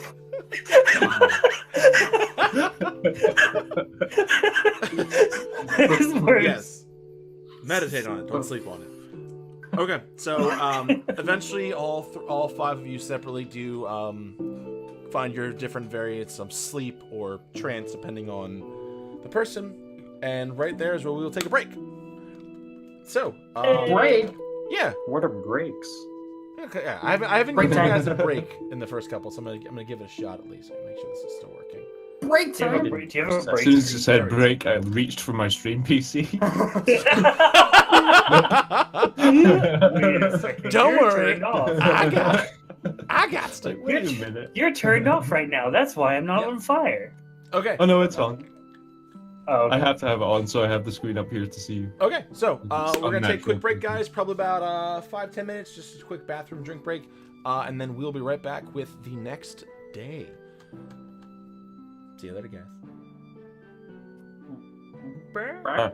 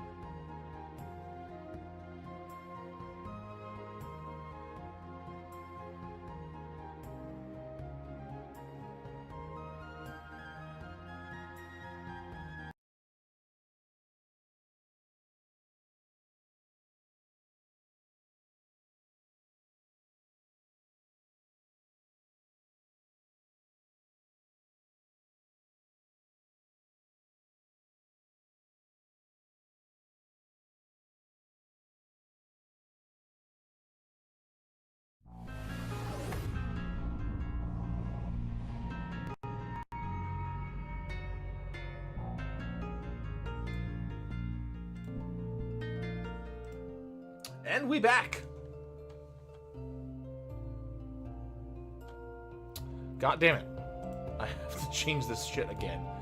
Give me a second. I think it's not reason. There to we death. go. Okay. It just does Depending on necrotic what damage. does. Why you- Necrotic damage is fine. Metal. God damn it, Okay. Metal. I lost you again. There, The, he's coming back, Zelda. Relax. Do I have to refresh again? I don't see chilling. I don't hear Yeah. chilling. I It's see. more the, Wait, you guys don't. Why do you guys not hear me? Son of a bitch. Distortion of death itself. Hold on. Gotcha. There, can you hear me now? Yeah, there we I can go. hear you now. It fucking did I it was again. really It switched back, so we're good. All right, so we back. Thank you everybody who came hang out and wait. Also, Ed, I don't know if you're still here or not. Thank you for the 5-month sub. Thank you for the 5,000 biddies, you crazy son of a bitch. All right, so when we last left off, our party has spoken to the matrons of the Roven tribe, the Minoka tribe, for those who may have written it down or remember. And they are currently sleeping at the house of Seer Helio, who is the father of Ekoki, and hopefully they're going to be heading out the next day to track her down. So, before we move on, Ivan. That's me. Indeed it is. Yeah. As you sleep, you have kind of a very you have kind of a restless sleep. You don't really you're dreaming, but you don't really remember most of it. And suddenly you feel yourself walking through a forest that, at least you think it's a forest. It's dark all around you. Usually you'd be able to see in this type of an environment, but it seems as though for right now your vision's very limited. However, as you walk through this forest, you find yourself holding a torch in front, a lantern, and the lantern seems to be kind of pulsating with this very light bluish color. What would you like to do? I suppose I'm going to continue walking forward, slightly confused. Hello? Why is it so dark here? I don't know if I've ever seen this darkness. As you continue to walk, holding the lantern in front of you, the light pulses again, faster and faster, until eventually it is just one bright bluish, very light blue light. And you notice that the darkness seems to kind of fall away and grow, and the light grows brighter and brighter and brighter. And then eventually you are blinded for a second. As the light fades, you are standing again in this dark forest. The light is gone, but you can still see. And you feel a presence behind you. A good presence? An evil presence? Just a presence? Just a presence. I turn with my hand on my sword. What sword? As, It's what there. sword? As you turn, you whip around quick hand on your sword, and there's no one there. But you still feel a presence behind you. As you stand, you feel what feels like two hands resting on your shoulders. Shh. Everything's okay, Ivan.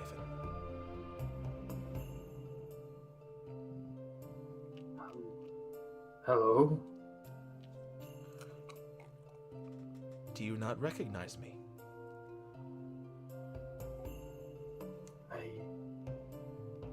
It can't be.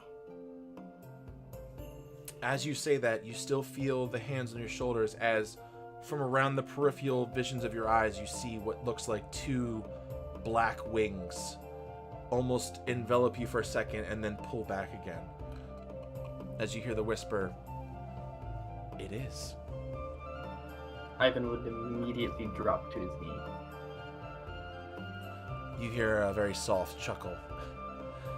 That won't be necessary, Ivan. You may stand. He would stay kneeling. As you're kneeling, is your head down or is your head up? Yep. Head down, kneeling. Okay.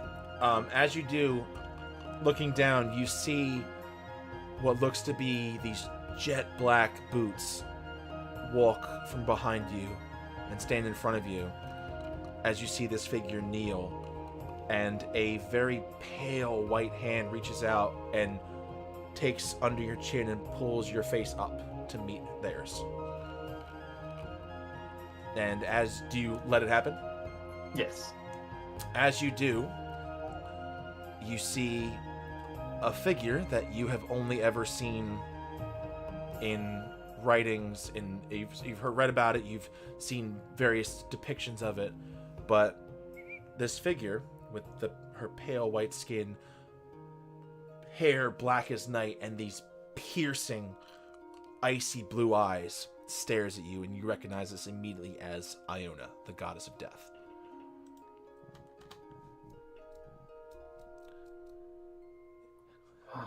I am not worthy of this. You may think that, but you are, Ivan. I have a test for you.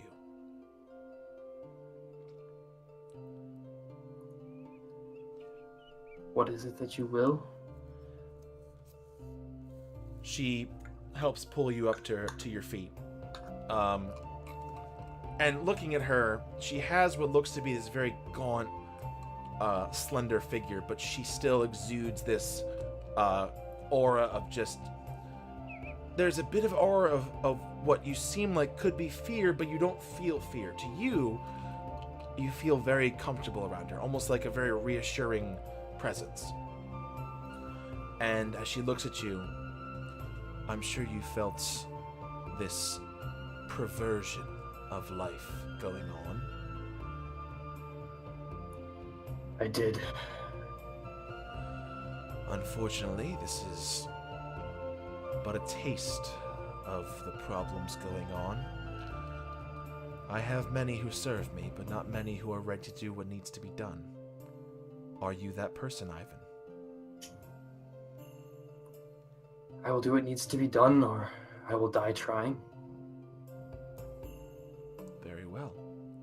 And she turns, and as she faces away from you, she waves her hand over the air, and you see this sparkling light blue arcane energy trailing from her hand as this line appears and eventually opens into what looks to be a large portal. And on the other side, you see the undead gnolls wandering around at the base of a mountain. And suddenly, the image shifts, and you see what looks to be a large town as you see a hooded figure run from one alleyway to another, and then back to another one, crossing the street in silence. The image shifts again as the figure is knocking at a door, and you see someone open it, also hooded, as the figure enters, and it shifts once more as you see a group of hooded figures, what looks to be some sort of storehouse or some sort of basement, and all of them pull out these curved daggers and put them together, and as the blades all touch, they glow this sickly looking yellowish brown, and the image fades. Do you know what I've showed you? Does he? Make a history check with advantage. This'll go well, guys. Okay. So, the first image of the gnolls, you obviously recognize that. You gather that's your current quest. The figures, you couldn't make anything out. You couldn't make out what city that was. But even with that check, when you saw the blades emerge and you saw that light, you recognized that as a power of a group you've come to know as the Undying Ones.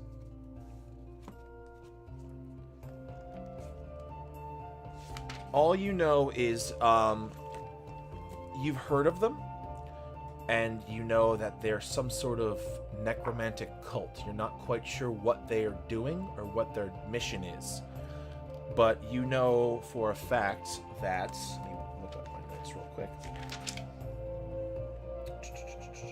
You know that your brother and sister, Ralnor and Marileth, have been searching and trying to eradicate them whenever they find them. So Iona looks to you. I'm assuming you've heard of this group. Yes, I have, my lady. Do you know their purpose? I know it is to spread great evil. It's more than that. They aim to bring back one of the demon lords, Yendir, the Great Lich. I will spell that out for you, by the way. Thank you.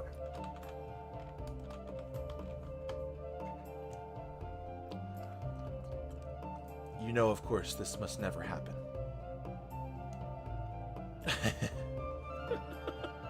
Fuck you. Of course not. He should not be allowed to walk again. Is this crown related?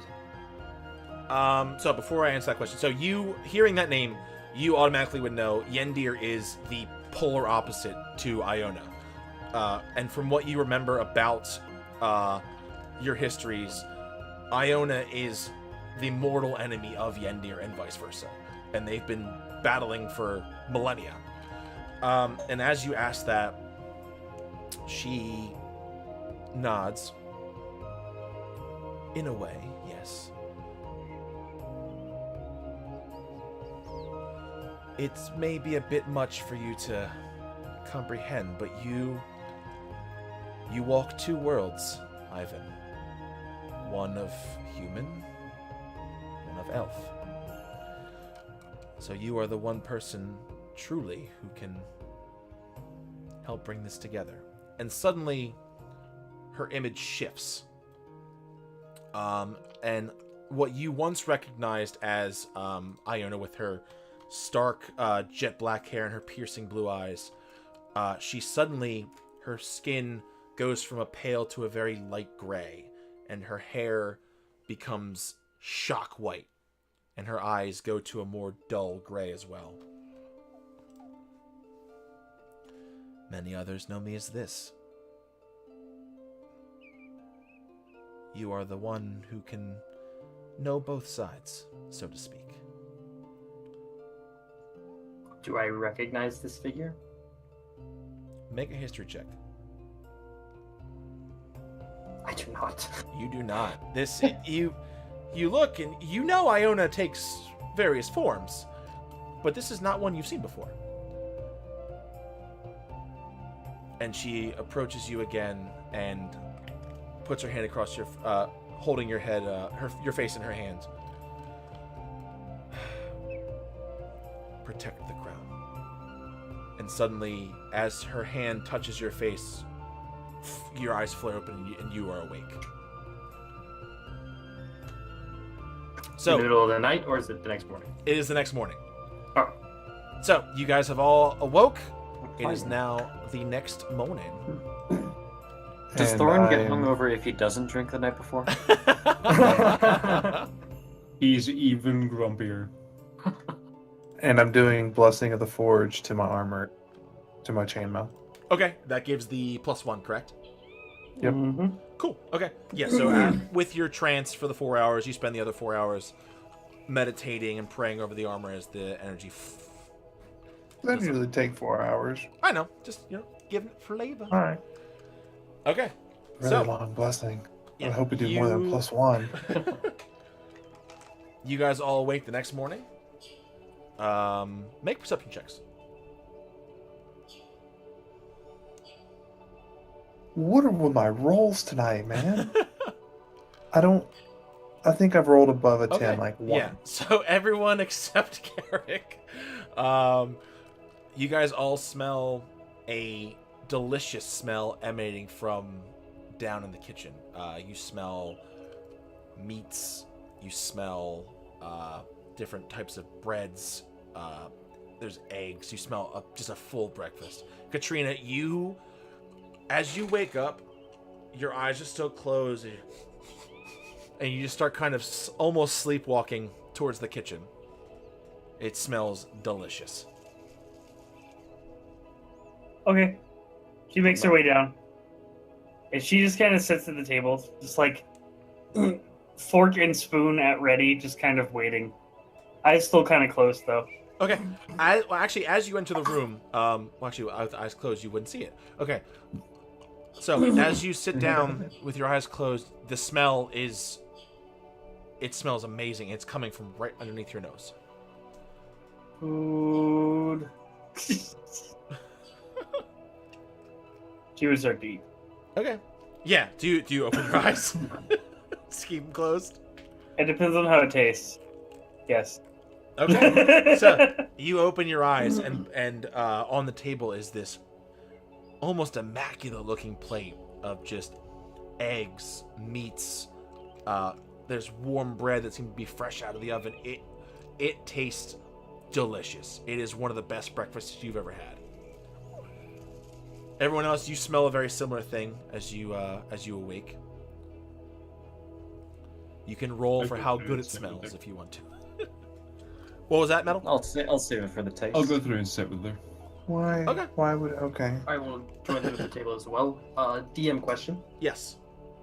So, from previous notes, That's about right. um, Damn it, Metal. the beer that I am crafting, how much of it am I making?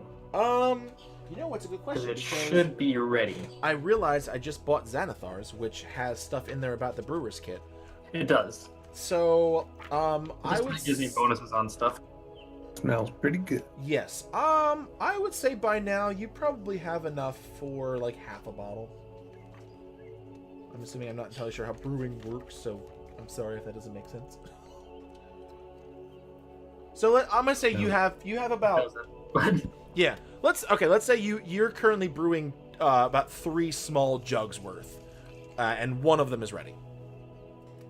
Excellent. Then I would sit down at the table and slam one of those jugs in the middle of it. Okay. Everybody make perception checks. Thank you. Okay. So as you guys are eating, Helio turns from the cooking area. Oh, hello. Yes, please eat. And he keeps bringing over more food. Katrina and Carrick, you realize that on the other side of the room, the doorway leads back to the house. You see what looks to be a shattered plate with food kind of scattered. It looks like the food's scattered on the wall and just kind of drips down. I know what it is, but can I roll for intelligence to see if I can kind of figure out Sure. why? Someone I'm just tripped. gonna stop rolling intelligence. Someone may have tripped and dropped the food. He just hasn't cleaned it up yet. Thorin's Did sitting Gavon next to come home this Katrina. morning? Yes, I gave him his breakfast. He wasted it. So good. Well, Thorin's sitting next to Katrina, wondering how elves can fuck up eggs. It's like scrambled with cheese, and Thorn's like, what the fuck is that? He cooked it with water instead of milk. Like, what the fuck? It's Yep. not fluffy as anything. Fuck fluffy eggs. Which, by the way, if you cook eggs with water, get the fuck out of my chat. All right, so Never even heard of someone Yeah. cooking eggs with water. I have. That's Is that a New Jersey thing? No, you cook it with. Aside from using water to boil eggs, I have not either. Yeah, you cook with milk. All right. Anyway, so Helio continues to bring you guys any food you ask for. He has different meats, different he has eggs, bread. There are some vegetables. He does have a bit of what look to be breakfast pastries. Not many. There's just a couple. Well, whenever you're ready, after you've done eating, I can send you on your way. Whatever's fine. Yes, of course. Did you not sleep well? No, I slept great. Oh, I was going back to sleep because of the food. I heard a bit of a racket last night. I was just making sure that everything was to your liking. No, I was fine. Oh. Who was making racket? Well, not so much a racket, just seems as though someone was restless. Just wanted to make sure that I didn't give you improper chambers.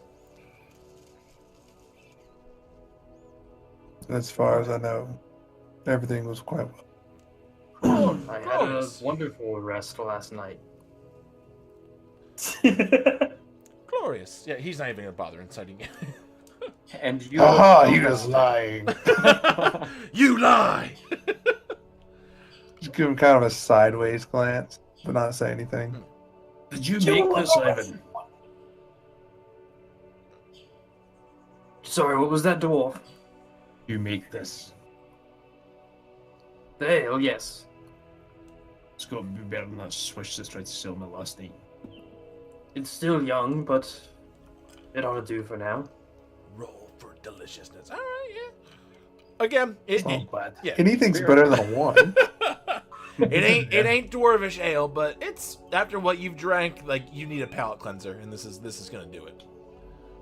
They'll taste that fruity shite. Gotta get rid of it. We'll keep the other 2 jugs and let them sit a bit longer. Aye. So as you guys continue to eat Well, breakfast, I guess go ahead. let's head out as soon as possible. I'm gonna get some stuff done today. Okay. I mean, as long as everyone's eaten. Is everyone ready to go? I know I am. Oh, Yes. Chili.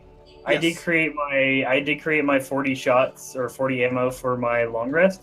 I'm gonna cap her out. There's no technical cap to the arcane magazine, like the max it can hold. So I'm just capping it at 100 for sake of I shouldn't need more than 100 shots ever. Sounds cool. That's what you think. Next week, grand scale battle. 130 enemies. It's fine. I just have to sit for. If we're fighting 130 enemies, I can sit for 30 minutes and grab more ammo. Okay. So as you guys eat, Helio eats with you, kind of just chatting, doing his normal, just being a good host. As you guys do finish, he stands up. Well, if you're ready, I can send you on your way, unless there's anything else you need of me. I'm hoping. No, let's go. Oh, okay. Wanted to be a good host. Well, You're yeah. great. Just gather your things and meet me outside. And he kind of Eh, walks outside. I go to gather my things, but I also want to. I want to head into his daughter's room real quick. Sure. I just want to give it a quick look around and see if there's any clues. If there's anything she might have left personal-wise. Okay. Roll an investigation. Okay. So, looking in the room, again, there's a very thick layer of dust in a lot of... There's some things moved, obviously, because people did use this room last night. Looking around with that investigation check, you do see that what looks to be a desk, there seems to be a little less dust on one of the drawers. Okay. She'll take one finger and just kind of open the door, or open the desk drawer from afar to make sure that there's nothing triggering on it. Okay. So as you are opening it? Yeah. Okay. As you open, inside the desk drawer, you see just a couple knickknacks, a couple odds and ends, and then you do see one brown, what looks to be leather-wrapped notebook. Okay. She'll pick it up and look at it. Just look at the first page. Okay. So as you pick up this notebook, and you open it, you see. Do you read Elvish? No. So If you only somebody did. Yeah. You're I don't know not. who would do that. You're not entirely sure what it says. Deep speech. What the fuck? Yes, it's written. It's written in Abyssal. So you're looking at it, and you're not really sure what it says. I want to flip to the last page and look specifically at the date. Because I feel Okay. like the date that she wrote on it wouldn't be in... I don't know why you would write the date in Elvish. Okay. As you do that, make a perception check as well. Okay. Or would this be an intelligence check, maybe? Actually, I hope so. Yeah. Actually, I think it would be an intelligence check for what I'm looking. Okay. I'm a little So- bit better at that. As you flip to the most recent thing looking for a date, the one thing you realize is as you're flipping, the handwriting seems to change as you get further and further into whatever this is. In the beginning of the book, it seems to be very neat and orderly. And as you get to the most recent page, it's scattered. Words seem to not be fully written out. Things seem to trail off. It just seems very erratic. And looking at the date, you would place it probably about 100 years ago. Okay. She'll take it. She'll put it in her bag of holding. Okay. And she'll close the drawer, make her way out. Okay. And then she'll, meet up with the rest of them outside. Okay. Everyone's outside? Mm-hmm. Ivan would grab Carrick and kind of, or motion to him as everybody else was leaving, trying to get him aside for a moment. Garrett goes along. I had a strange dream last night. Pray tell. I feel that you may be the only other member here that could even possibly understand. I was visited by my goddess last night. Hmm. And how did that go? What do you know of the Undying Ones? All right, DM. What do I need to roll for that? You could make just a regular history check. Quite a bit. Okay, so you, Carrick, you know that this is a cult of mostly different acolytes, and mostly they focus on necromancy. From what you've heard, this specific cult does not exist much outside of the areas around the Middle Ocean, meaning Arcalia, Makayat, Sabrax, and Bulgrim. There really is no presence on Corinthus Ave, but from what you've read and from what you've heard, they specifically follow Yendir, the Undying Lich. I relay that to Ivan, and I also say, but I have a feeling that you know most of that as already. Yes, I'm aware of that. They seem to be related in this somehow. Iona sought fit to show me them in a city last night. They were performing some sort of ritual, it seemed. I was charged with protecting this crown. I'm not sure what it means yet, but I assume you being the other holy member here could at least help me keep an eye out for things off color. I find it odd that your goddess would have us, or have you, protect a crown. She mentioned something of my half-blood being able to bridge the two.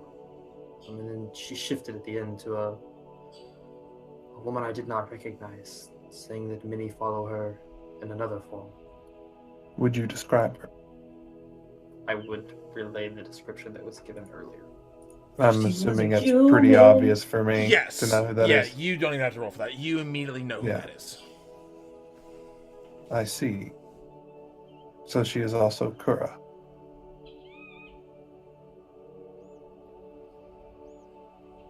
Then you are doubly blessed. Ivan, you've heard of Kura. You know that she is the moon goddess of the Adohanaran faith. And from what you know, her values do more often or not align with Iona's, and now you kind of get an idea why. That is, I suppose, not hard to believe that a god would be worshipped by more than one people under a different name. And does make some sense as to, well, that's for another story, but thank you. And Well, it get explains it. also why you've been tasked with protecting the crown. For the crown is hers. I originally was planning to destroy it if it was responsible for the creation of these monstrosities, but now I wonder if that's not just the magic of it warped and manipulated. Well, this crown is known to be able to manipulate the dead, but all powers can be used incorrectly. So, let's hope that we're able to recover it soon enough that we can prevent its misuse. Let us hope. Suppose we better catch up with the others. They'll be waiting, and we haven't much time to waste if we're going to try and catch up with this woman. Then let us go. And I walk away. We go, and we gather our party and venture forth. Okay, so as you guys eventually do gather up, Helio takes you all to a bit of a larger tree, a little bit outside the actual village itself. He turns back to you. Just a moment, and you see him as he puts both of his hands on the trunk of this tree. You won't have much time. Please make it quick. And his hands begin to pulse that same light greenish color as the other seer. And as he does, the bark begins to splinter apart as a hole emerges in this tree's bark. And he looks at you. Go! I think what I'll react to say. Confidently forward. So, Carrick sprints through the breach. Are you all following?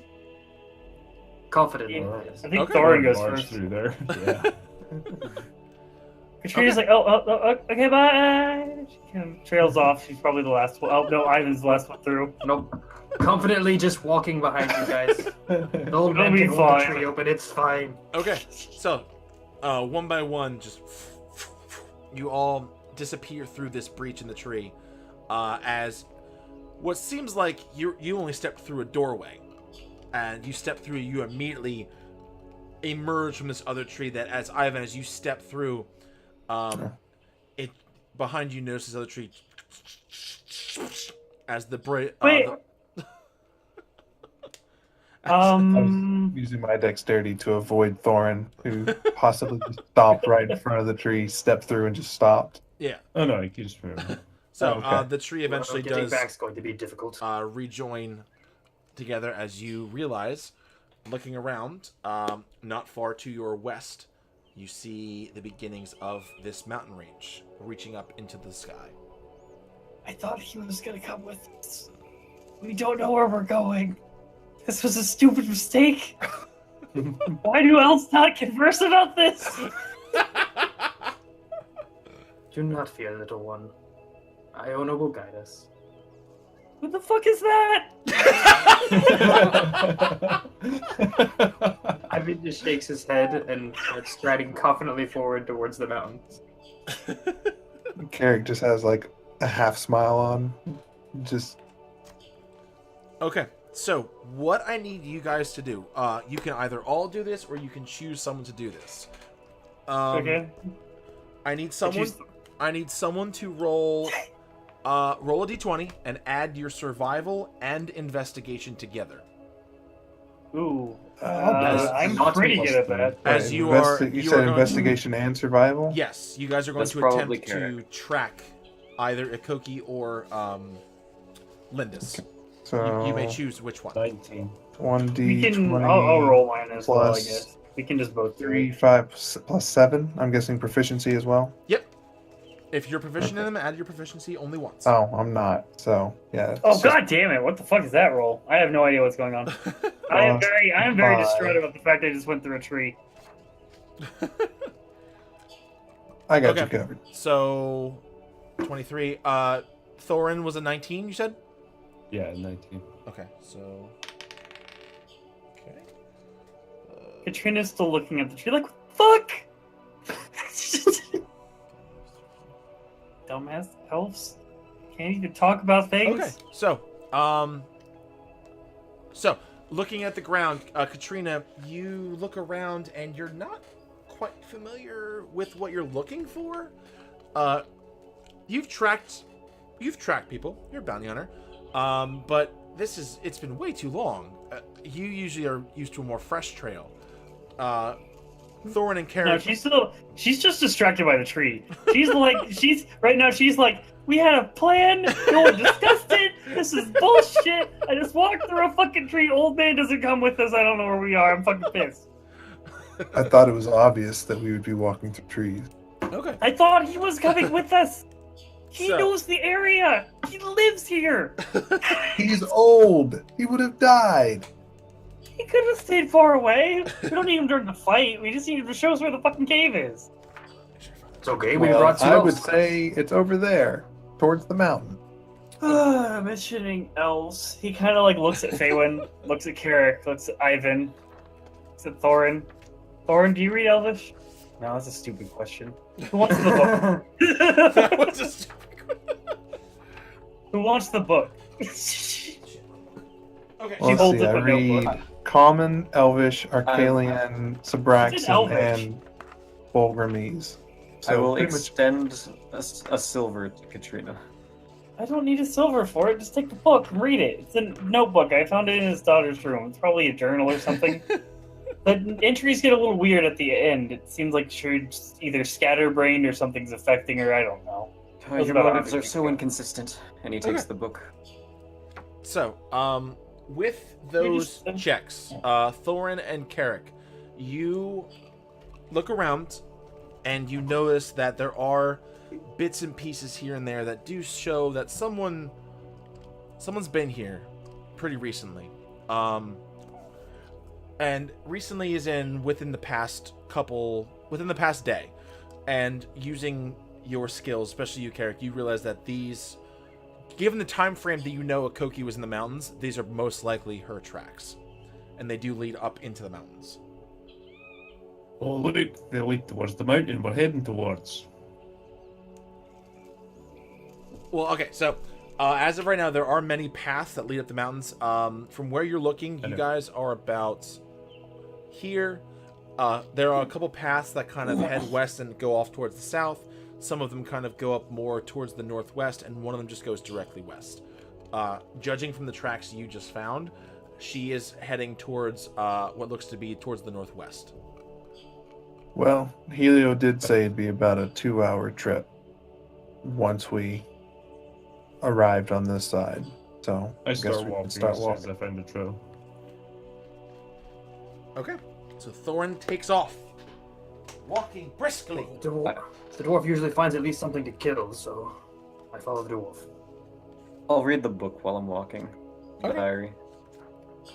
So, as you read, so I'll just go to the favorite first. That's a good one. So basically, those aren't far off from what's in there. It starts off Especially the mushroom. yeah. What's the mushroom? Oh goddamn. So it starts off pretty generic. young girl, writing about her training, doing her best to try to be the very best Beastmaster she can, meeting Lindis, being accepted into the Beastmasters, continuing her training, finding her gift with the different animals. As By you the way, I guys, think your stream died. did it? No, it's still up for me. Still going for me. Yeah. Oh, So as you Okay. continue reading, you do find make an investigation check to see how quickly you find this. is this for Faywin? For anyone, yes. Okay. Yeah. You're looking through it. It's not a natural one. It's a diary. Like she's just babbling.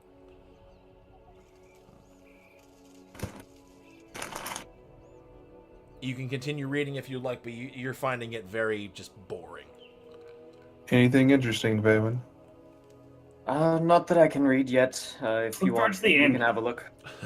The end looked interesting. The beginning looked like boring and normal and logical in thought process. I couldn't read the language, but I could tell the patterns of the sentences.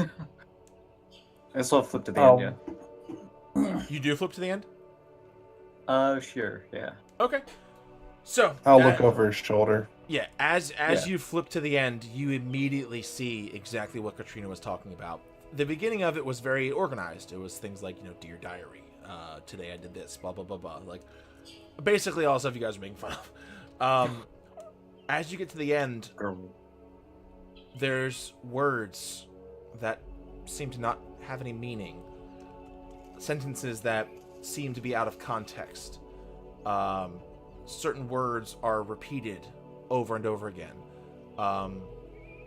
It seems like this has been written by a completely separate person. I hold it closer to Carrick so that he can get a better view. Can I try to make sense of it? Sure. What do I need to roll for that? Investigation check.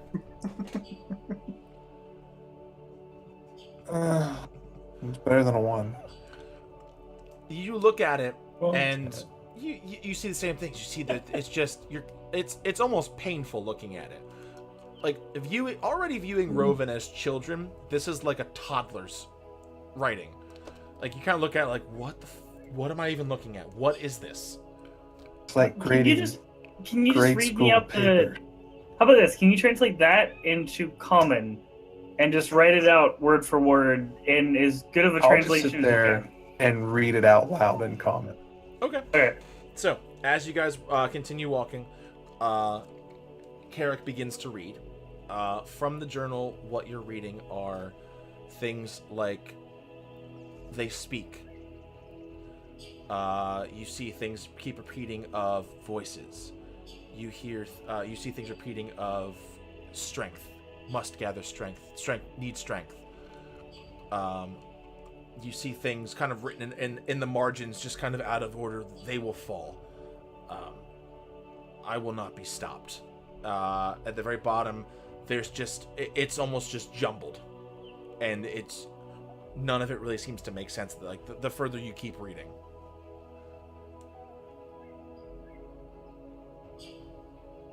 Okay, I wanted to do the investigation check on the words that it translates out to and get. I'm guessing that I come to the conclusion that she's just trying to gather strength, and the crown probably did pollute her mind a little bit, or influence it positively towards where she originally wanted. Can I flip back to Sure. where there's that point where it shifts? Make another investigation check. Okay. Okay, so you kind of flip back a little bit. It's odd going backwards. It's almost like the text begins to kind of line back up a bit the further you go back. Hello.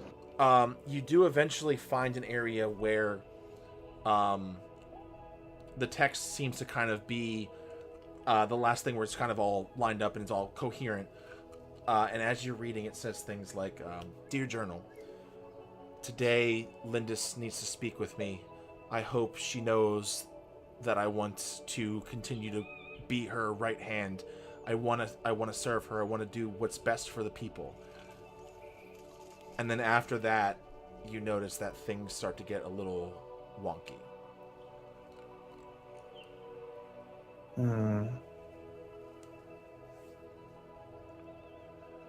I'm still saying all this out in common so that they have the same stuff. Okay.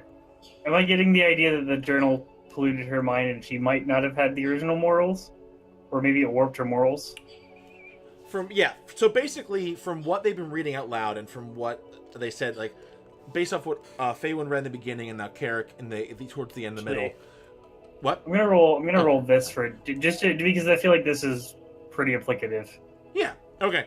From what you can tell, she seemed like a normal elvish girl, and she genuinely was just doing her job and wanted to help out. And over time, something, which you're assuming at this point might be the crown, may not be the crown, you're not entirely sure, something began to warp her mind a little bit, whether magically or not magically. It just seems like she may have had a breakdown. Something happened to her that all she is concerned about now is gathering power to do something. Well, we know what that something is. So she told us, wipe out the northern tribe. They said Or clan. matrons are in charge of these artifacts, right? They did. They are the keepers, yeah. I don't think she stole the crown. Do you think maybe it was given to her? I think she was introduced to it. And slowly over time, as it played with her mind, it warped it maybe a little bit more than the matron was prepared for. Or maybe... Or this is their entire plan anyways. Or Precisely, she might have been probed in the right direction. I'm led to believe that they are working together. It seems I mean, that way. Did leave There's- very quick once we started looking for her.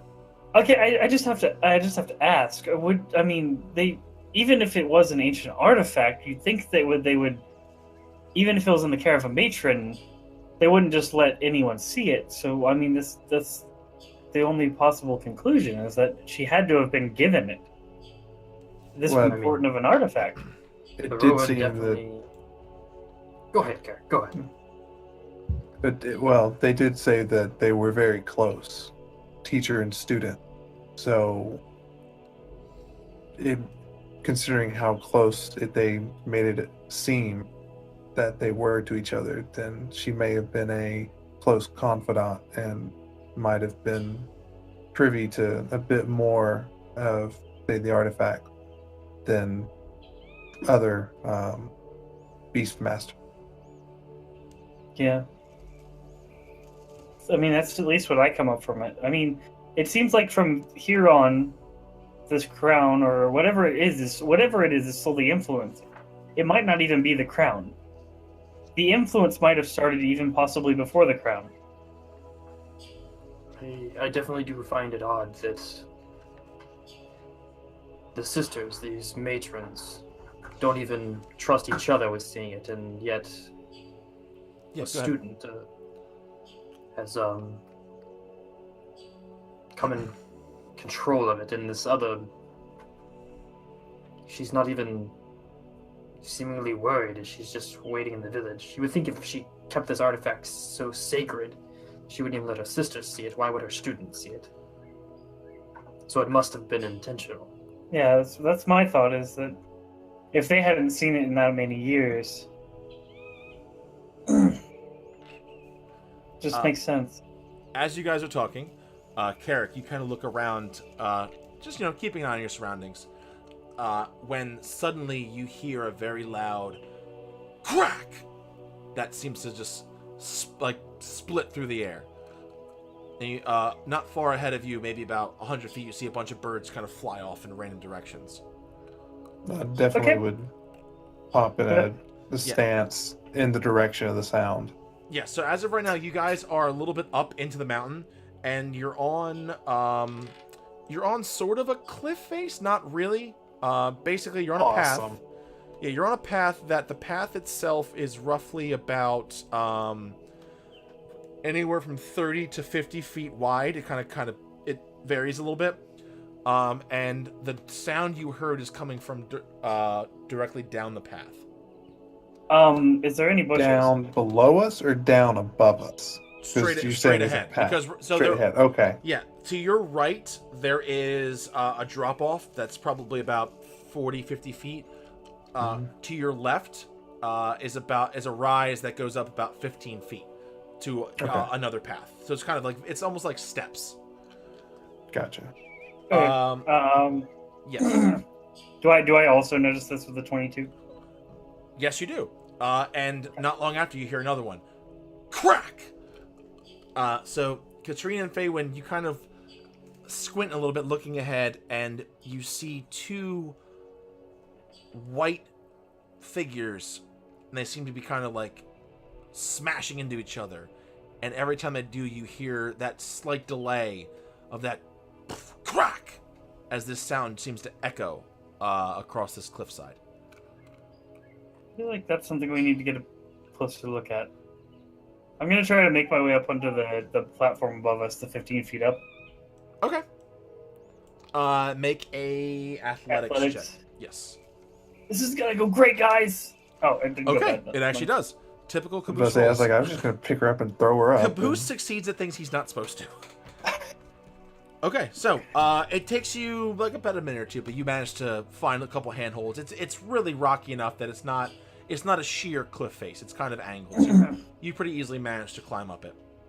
Okay, I want to make my way down the path then, and I'll try to be stealthy about it and keep down. I mean, as much as I know it needs to keep down from a 15-foot up platform. Thorn, what are you I history walked checking? forward to see if I knew what they were, being from the mountains. Make it again, because you would have advantage.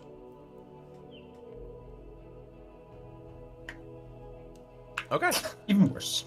Thorin is he's not happy without his ale. You've heard this sound. Seems kind of goatish, but those are definitely not goats. So walk forward. They're battle rams. Okay, so Can Devin Katrina, ride them? you're up on the higher path right now. Mm. Okay, there are some bushes kind of where the levels meet. Where you are, there's a couple bushes at the very edge of that cliff space. She just makes her way to the end, kind of keeping down, and wants to get a closer look at whatever is going on. Okay, go ahead. Sorry, I would like to attempt to poorly stealth forward as well, Okay, a little bit further behind Roll a at stealth check. disadvantage. The disadvantage check. F4. Okay, Ching ching ching ching ching ching. so as you Chainmail for you. clatter forward, ting ting ting ting ting ting ting ting. Are you guys off? I know, Thorin, you said you're already going ahead. Ivan and Faywin, are you my following? I will definitely be following. Okay, Sword well, and shield drawn. Be What was that? following, like, cautiously. okay. And what'd you say, Thorin? I didn't hear you. Pull my hammer. While this is going on as well, I'm going to cast a spell on myself. Okay, what's the spell? Long Strider. Okay, so with that, as you guys move forward, you get to about 60 feet from these creatures before, as Carrick takes another step, cling, both of them whip their heads, and they seem to be just growling at at all of you. Whoops. I'm gonna 60 feet. I would have step up and been. wait for them. Would I have been in place before they got there because I cast Long Strider? From where you are on the cliff side. Yeah. You're about 45 feet from them, but you're up on the next level. Yeah. No, I just meant like would I have already? I feel because I had 35 feet of movement rather than the 25 that entire time. So Yeah. would I have been in place already? How close are you trying to get? I'm just getting to the bushes. Yeah. Oh yeah, you're there. You're in the bushes. Okay. Okay. So I'm going to go and try to get the high ground, Anakin. Okay. All right. Athletics check. Oof. Athletics. Yeah, I thought you're climbing.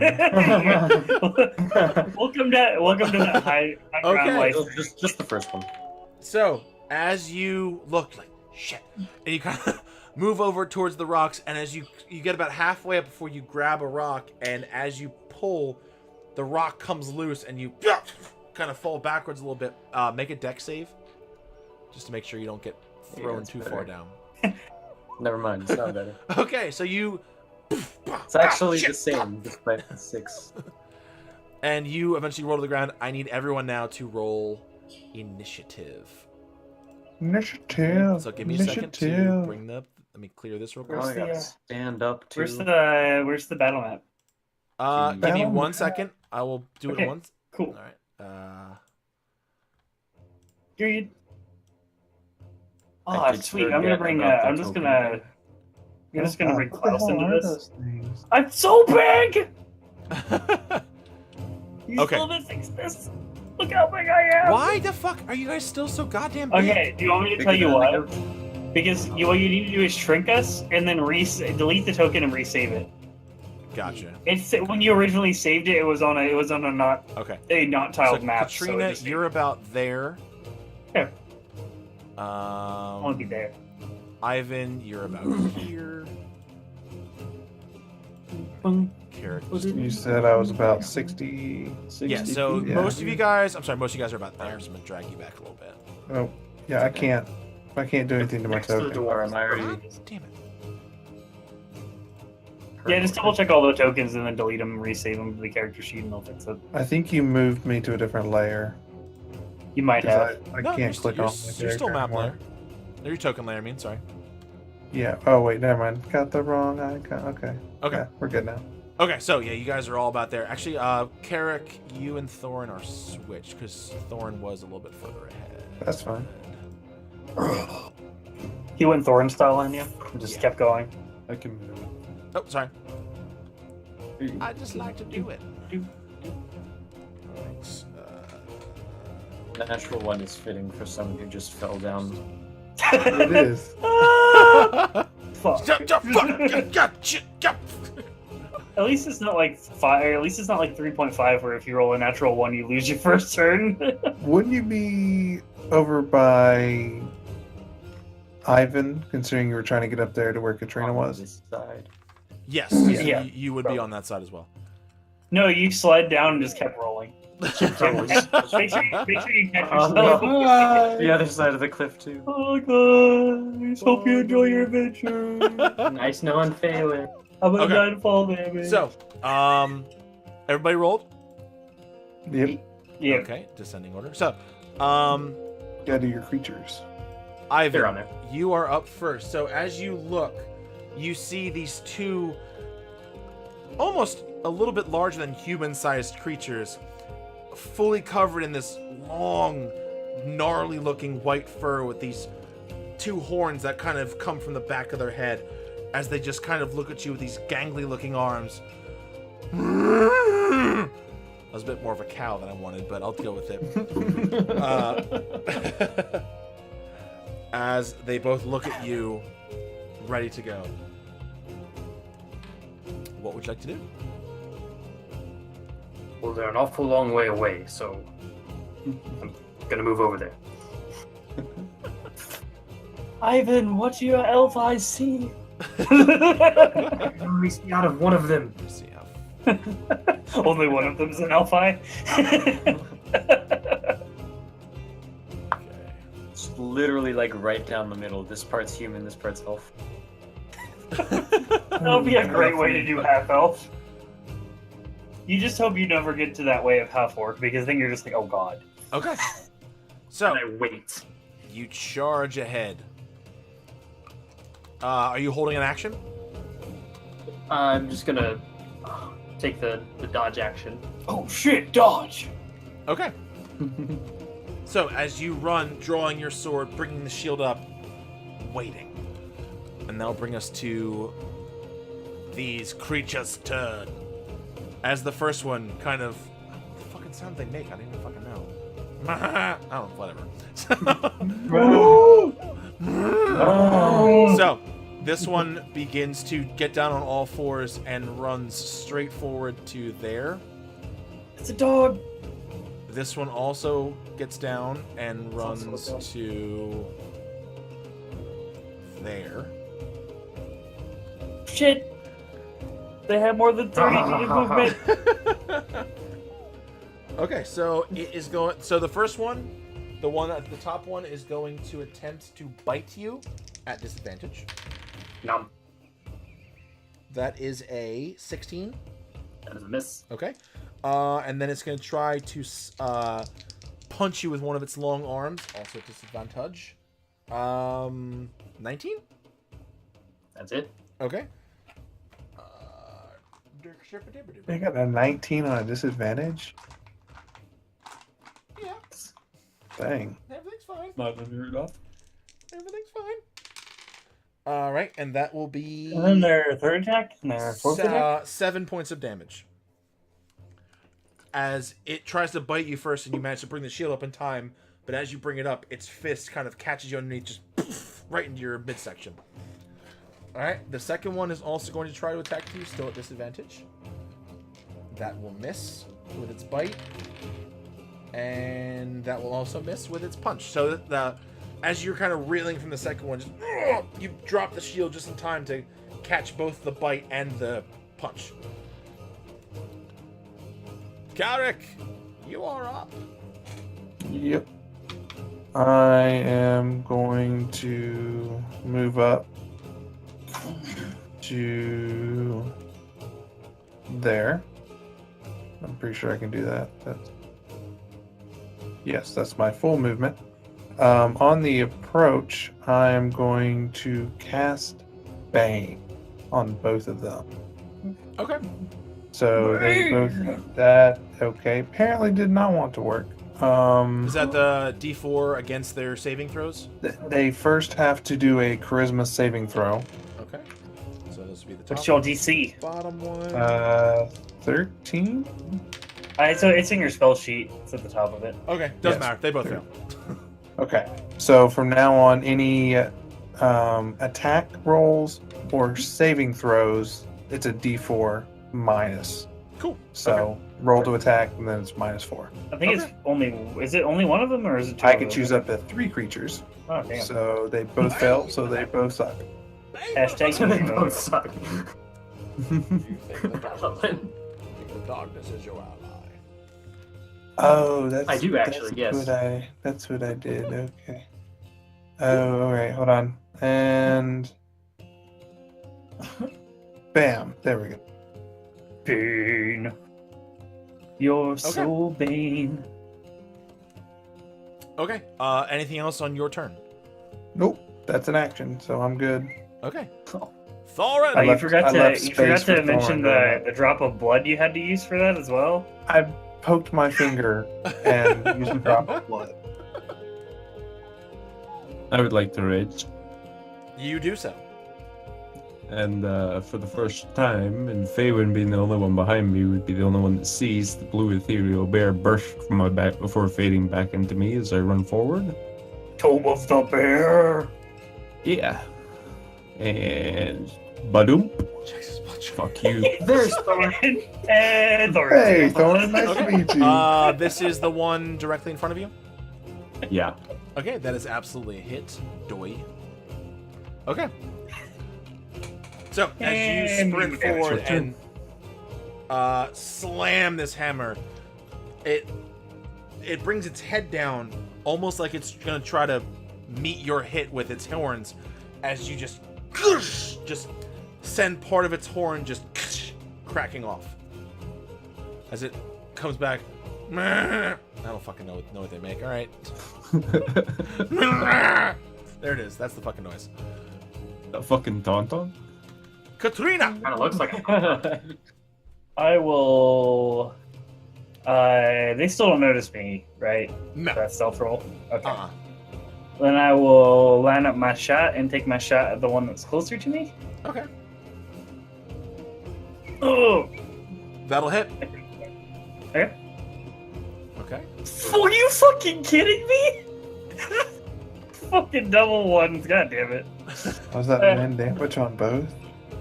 Yeah. one. All right. Max damage well, on your the thunder piercing was side. bad. Max damage on the thunder. Min-max. And I'll take my bonus action to reload. All right. So, You son of a bitch! And I'm gonna run off this way, kind of along the cliff side. okay. From her position on top of the cliff, Katrina points the barrel of Stormbreaker out of the bush, lines up the shot. As she pulls the trigger, this blast just echoes through this cliffside, and the round slams into this creature, kind of sending it sideways for a second before it regains its balance. Let me see if it does move it. Okay, it immediately looks up towards you Hi. as it sees you sprinting along the ridgeline. Faywin! I will stand up. I will move out of the bush, and I will attack the northernmost thing. Okay. Fuck, running. Okay, so that will unfortunately miss. As you bring up the longbow, you look for the shot, look for it, release as it manages to just it misses because as this thing is getting hit by Katrina's shot, it just knocks it out of where you were shooting at. It's not my fault. Anything else for your turn? No. He's Okay. gonna reload his bow. Ivan, what do you do? I hit her with my sword. That will hit. Why can't I click the damage? There we go. Okay. So, this one having just been hit by this round, you take a moment to seize the opportunity and lunge forward and just thrust with the sword, stabbing into this thing's upper thigh as it looks back at you. Anything else? Nothing yet, no. Okay. No bonus actions right now. That'll bring us to their turn. This one in front of you, Will, is actually going to run back to here. You guys may take easy. opportunity attacks if you would like. 18 to hit. Thorin, that hits. Will, Get that also forward, hits. bitch. Okay. So, this thing turns and starts to bound away as you both lash out at it, both taking pretty serious hits as it runs a bit and just slides, looks straight at you, Ivan, and just launches itself running straight forward again. Plant my feet, stare at it. Okay. Robert! Let's going to make its bite first. Minus a D4. Okay, that's gonna miss anyway. Doesn't matter. Okay. It's gonna hurt, chat. It's gonna hurt. This He one. missed. Let's see what we got for this one. Shit. Drop my D4. It's gone four. forever. Just believe it, it's fine. You won't stand on it with bare feet Yeah. ever. Okay, so that would be a. Ooh, God, not gonna 17. hit. That's not a miss. 17's a miss. 17's a miss. Okay. Ole! All right. Right. So as it tries to bite, you bring the shield up and you hear this clang as its horns just rock into your shield. And this one is actually going to follow suit and do the same thing its friend just did. This attack time, of however, opportunity. Carrick. it targets Oh, you you this didn't- time, Carrick. So it's going She to didn't hit attack with, of Well, opportunity. I still Yes. got an attack of opportunity on it. that'll miss. I missed. So tries to bite you first. That is a 21. Also with an. I'll also have to roll the D4. Okay, 21. So 20. It is. Okay. Well, if it had Got been an one. 18, it would have missed. Okay, so that deals 6 points of piercing damage as it bites into you. And. Let's see if it can get this hit though. Well, now I lose concentration. Okay. No, you don't. What? Yeah, no, he No, you does. It does. Oh, Yeah. 10's so the he gets a minimum. minimum of 10. Yeah. Oh, is it? Okay, that will Yep. be a 22. To hit? Yes.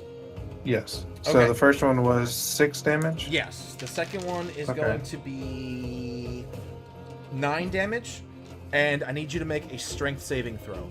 5, 6, 7, 8, 9. Strength saving throw? Yes. got this. Oh god. What's your You con? got this. What's your con modifier, Kirk? It's 2. Okay, Yeah. because So, that should be added. It's Yeah. a concentration. Oh, yeah. It's, Yeah, it's yeah, a yeah, constitution Yeah, you save. can just roll a concentration or constitution save. okay. So, I get knocked back, what, 10 feet? no. 100 So, as it runs, it 100. slams it as it bites. It also brings its horns down, and you all hear this crack as it hits you. Oh god. You are knocked prone and you are stunned for 1 round. That's fine. All right. He's next, so he gets back up Yeah. after that. Okay, so as that brings us to your turn, you're kind of on the ground. Oh, yeah. I think that one round, that one attack knocked me for over half my health. So, that's So, fun. can he still stand up? I always forget about stun. No, he becomes unstunned at the end of his turn. Okay, so as your turn, you're kind of like on your back. You don't lose your concentration actually, because you're proficient in proficient in charisma. God damn it, I forgot cleric, not paladin. My bad. Never mind. Forget what I said. I'm dumb. Okay, so Thorin, that'll bring us to your turn as you watch these 2 creatures attempt to slam into the people around you. Ivan holding his ground. Carrick just managed to be just knocked off his feet as he's How now big on are the these ground. motherfuckers?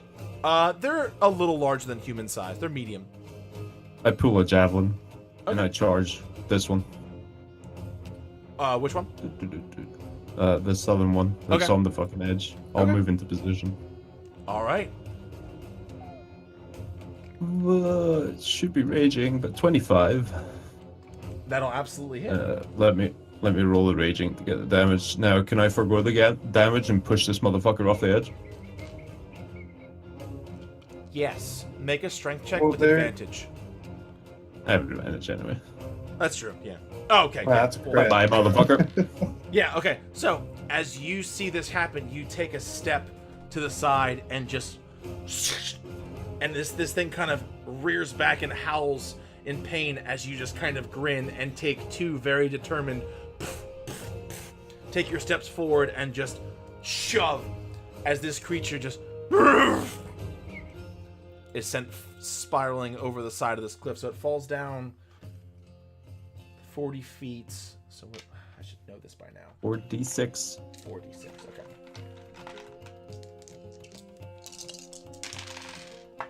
Oh, so stop falling off, you dick. And if you want to give me the javelin damage, it's 13. Yeah, I'll do all of that actually, because that would make more sense. So 13 plus...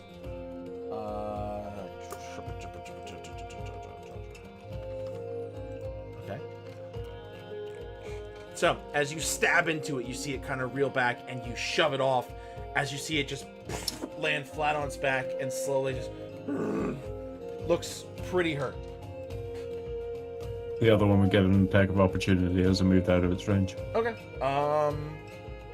Is he even concerned with that? No, he's too concerned with Ivan. Okay. Katrina, you're up. Okay. I'm going to take a shot at the one that is attacking Ivan, because I don't think I can see the other one anymore. No. That's a better scale. You most certainly. Oh, that's not an advantage, so it would be a 7. So 7. this is... So the 7 misses, unfortunately. Okay. So, yeah, as you moving positions, you try to retake up a shot. You line it up, and you just can't seem to get the shot. And as you pull the trigger, it just impacts into some of the rocks at its feet. I'll move 5 feet, so I'm back in the bush. Okay. And bonus action reload, and in my turn. You forgot about the bonus action. Very good. Okay. They're fine. It's gonna. Whenever I shoot, it's gonna be reload. So. Okay. Faywin, you are up. I'm gonna take aim at the same one as last time, attacking Ivan. Okay. Hey. That will hit. 5. Minimum damage. So this time, you manage to account for this thing moving, and you shoot for where you think it's going to be. So take a guess, and you let fly as it impacts into this creature, kind of causing it to rear back. Any bonus action? Nope. Okay. Ivan, what would you like to do? Let's see. I'm going to step to here. And then I'm going to reach down and cast Heroism on our cleric. Ooh, very nice. Can you roll the spell card for me? Because I always forget what heroism does. Oh, there it is. Okay. It's there yet. So Mean to be friends gains. Ooh, very nice. Very nice. That's pretty good. Okay. So it's ability modifier. So I think that's 4. So I have 10 hit points equal to your spellcasting ability modifier. So 4 every turn for the next minute. Okay. Any bonus action? Nope, I'm good. Okay. That will bring us to these creatures. The one at the bottom uses half of its movement to get up. Let's see. Okay. And it begins to attempt to climb up the cliff. It gets about halfway up. The second one takes a step back. Ivan, you may get an opportunity attack if you would like.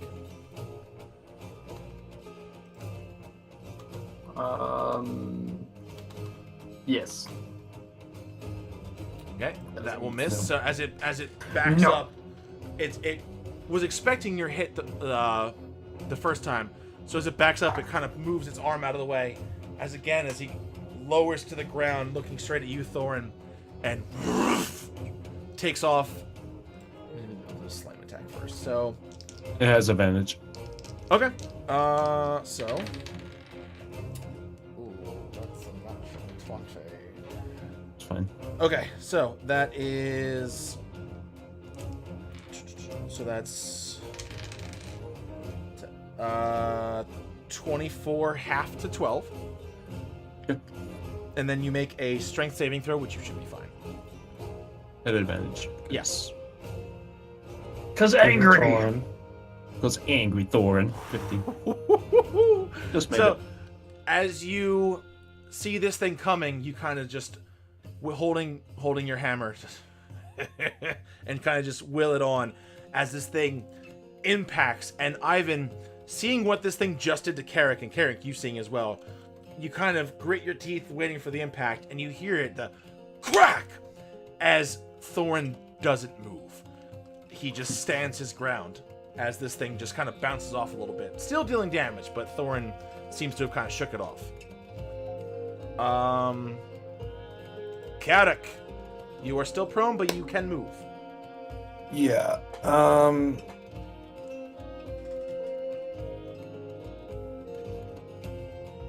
I'm going to get up and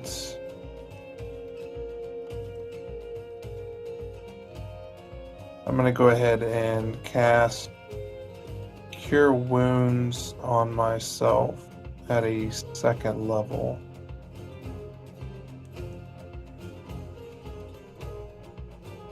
Alrighty. Wow. Really? Minimum healing crew.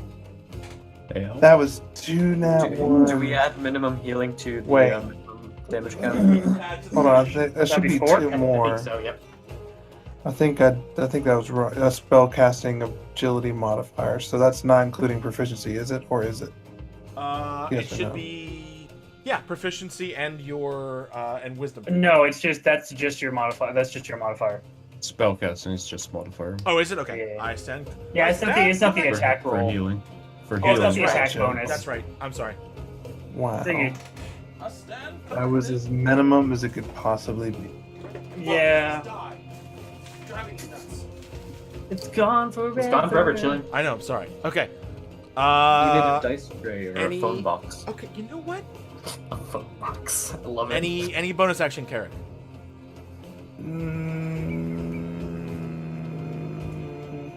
No. Okay. So, Thorin, you see Nice this. try. That will hit.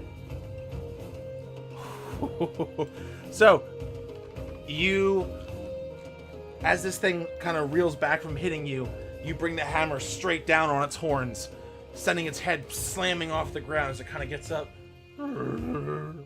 Looking very dazed, looking terrible, but it is still standing. That's fine. Alright. That's my turn. Katrina. There's one hole climbing up the cliff, right? You don't know that. But yes, there is. I mean, I saw him get knocked off the cliff. Yes. You can't currently see him. Okay, I guess. He's still about Alright. 20 feet below that the lip of that edge. Hey, I'll take a shot at the one I can see then. Okay. That'll be a hit. Not minimum damage. Thank you. Doesn't- Goddamn, one of them was. One of them was. Doesn't matter. How do you want to do this? I just want to. The shot embeds into its head, and as the thunder from the bullet erupts, it just severs the inside of it. All right. So, Thorin, as you just slam this thing's head down, it slams and bounces up off the ground, and on its way back up from the bounce, you hear that familiar as this round impacts into its skull, and the concussive force just explodes the head. As you hear, as you see this blood and gore just get sprayed around the area. That's about accurate. It was only 1 damage for thunder, so it was kind of like. I'm assuming bonus action reload. Bonus action reload, and I am going to move over to the edge and kind of crouch down in the bush. Okay. Kind of laying down. Faywin. Let's see. So if I move down here, would I be able to see it? Yes. Okay. Let's take aim and let's fire. That'll hit. All right. 2. It's So, not a 1. as you run to the edge, you see this thing kind of making its way up. And again, it's not a sheer cliff face. It's just a very steep incline, so you can see it on its way up. As you pull the bow out, take a shot, and as you release, it actually the arrow impacts into the hand of one of as he's trying to climb up. It's almost he slides down a couple feet, but manages to catch himself. Actually, let's see. Does he catch himself? Wow. Yes, he does. Okay, he doesn't move at all. So, as his hand slams down, the arrow hits in the hand as it looks up at you and just keeps climbing. Ivan. Well, I don't see anything to hit, so I don't quite know what to do with my hands right now. Ivan stands there just holding his hands up. I move next to the other 3 as we all just kind of look over the cliff waiting for this thing to climb up. Okay. Are you holding your action? Waiting for it to make its way to the top, and then I'll hit it in the face. Okay. So, on its turn, it will use the rest of its movement. It will get up to here. You may get your attack... Actually, roll a just straight dexterity. See who acts first.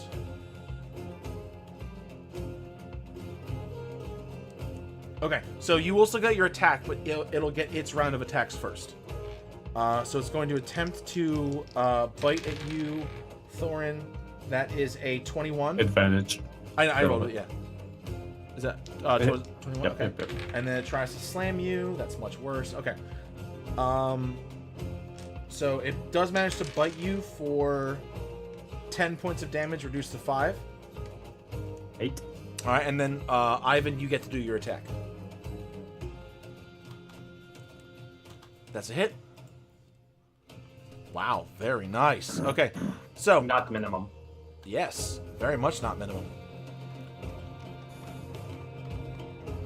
Why are you not subtracting the points, you son of a bitch? I didn't know I was supposed to. I'm sorry. No, I'm. Oh my god, just. Don't yell at me. This is driving me insane. All right, so yeah, so you manage to, as it bites out at Thorin, it seems to kind of overextend its neck a little bit as you stab right into where the neck meets the shoulder blade, as it kind of releases Thorin and kind of rears back a little bit, still on the edge of the cliff. Carrick, what do you do? I'm gonna reach over and, though Thorn might not like it, go ahead and cast Cure Wounds on him. Level 1. Okay. Gets 5 hit points. Really? A 1 and then a 2. Okay.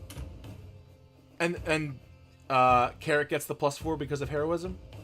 Mm-hmm. Correct. Cool, okay.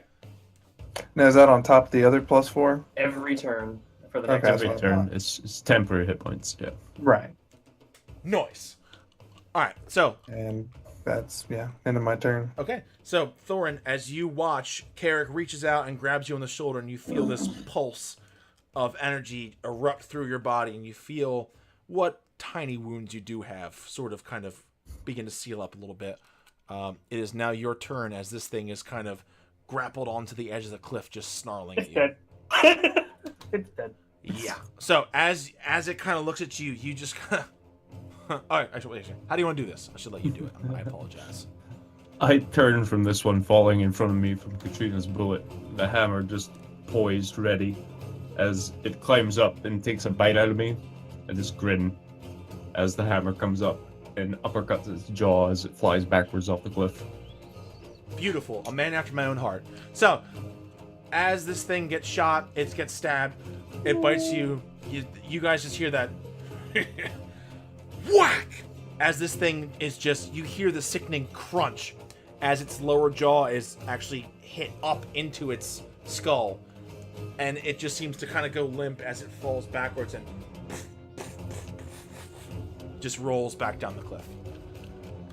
And with that, you guys are now out of combat. Let's go with... Let's bring you guys back to the forest. We're not in the forest, we're in the mountains. mountain. Yeah, I know that, okay? I forgot to put a fucking mountain background up, okay, Jack? We're like for mountains right now. Yeah, you're for mountains, okay? The It's very... It's a mountainous forest! Okay. Or is it forward to see mountain? Katrina will retract the barrel of her gun, put it on her back, and continue on the extra high platform that she climbed up with and is afraid to climb down from. Okay. Thorin continues frothing at the mouth for another 6 seconds before you finally see the veins start to stop pulsing. Garrick just sits down and just breathes heavy for a second. Still trying to catch his breath some from where whatever the hell these creatures are rammed him and bit into him. How long have we been traveling? At this point, it's been about an hour. Okay. So we're a little halfway there, basically. Yeah, you're probably a little over half. Given with the original survival checks to track her, you do have managed to shave off a bit of time here and there, so you're probably about 15, 20 minutes out. Hey, Looking a little weak in the stomach there, Elf. I'll still have long Even strider. with then. all that armor. Yeah, well, shit happens. Need some dwarven training. We let the mountain goats ram us for fun. Well, at least the dwarf's smiling.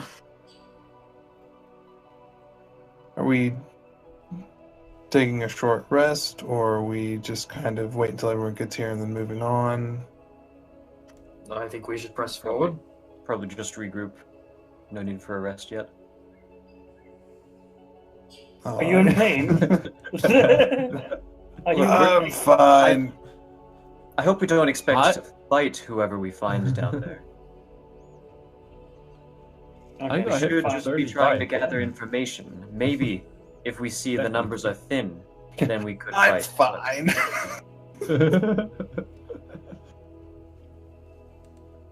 If you want me to, I could scout ahead.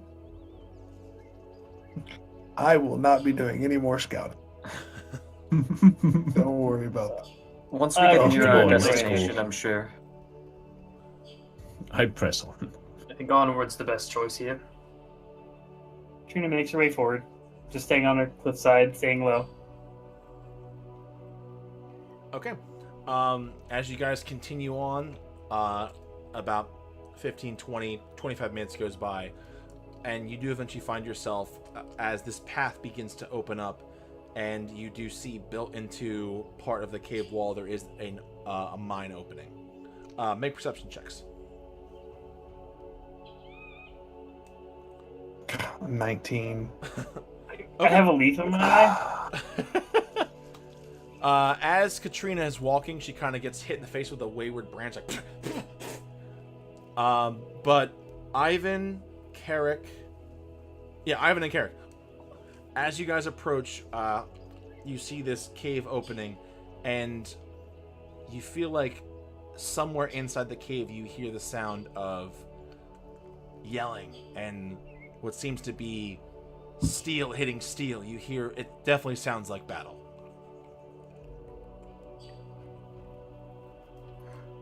Wait, let's go. I start walking. All right, and as Thorin takes off running, that is where we're going to end tonight's session. Hey. As you guys have reached the mine and hear the sounds of battle. But what battle? Mines of Moria. Dude, that ram thing fucked me up. I found that thing by accident. I'm like, ooh, this looks fun. I think did like 15 points of damage Yeah, out of my 27. If it gets both on you, that's where all its power comes from. It did 35 to me. Yeah, but you take half damage. I know. She's still in a lot of pain. All right. Thank you everyone for stopping by. I appreciate it. So just a heads up for those who don't know, if you give !metal in the chat, we usually have a game Thursday, Friday, Saturday. For this specific week, Thursday, we are still not sure yet. That depends on Will's schedule.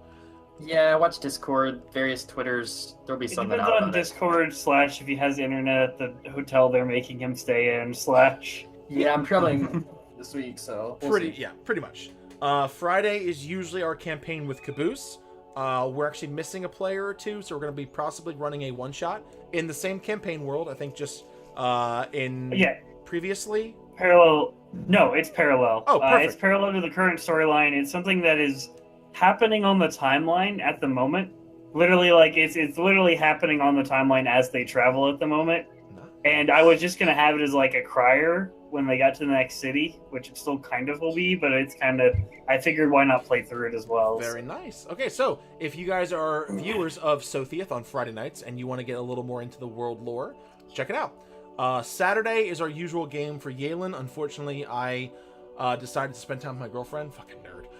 Nerd. So it's being moved to Sunday night. Saturday will be is it another Pugmire or? Thinking Possibly. Okay. I've got a few things in the we're mix, doing so a it'll be a Ewok one one-shot? shot no matter what. Okay, yeah, definite one You shot. walk one shot.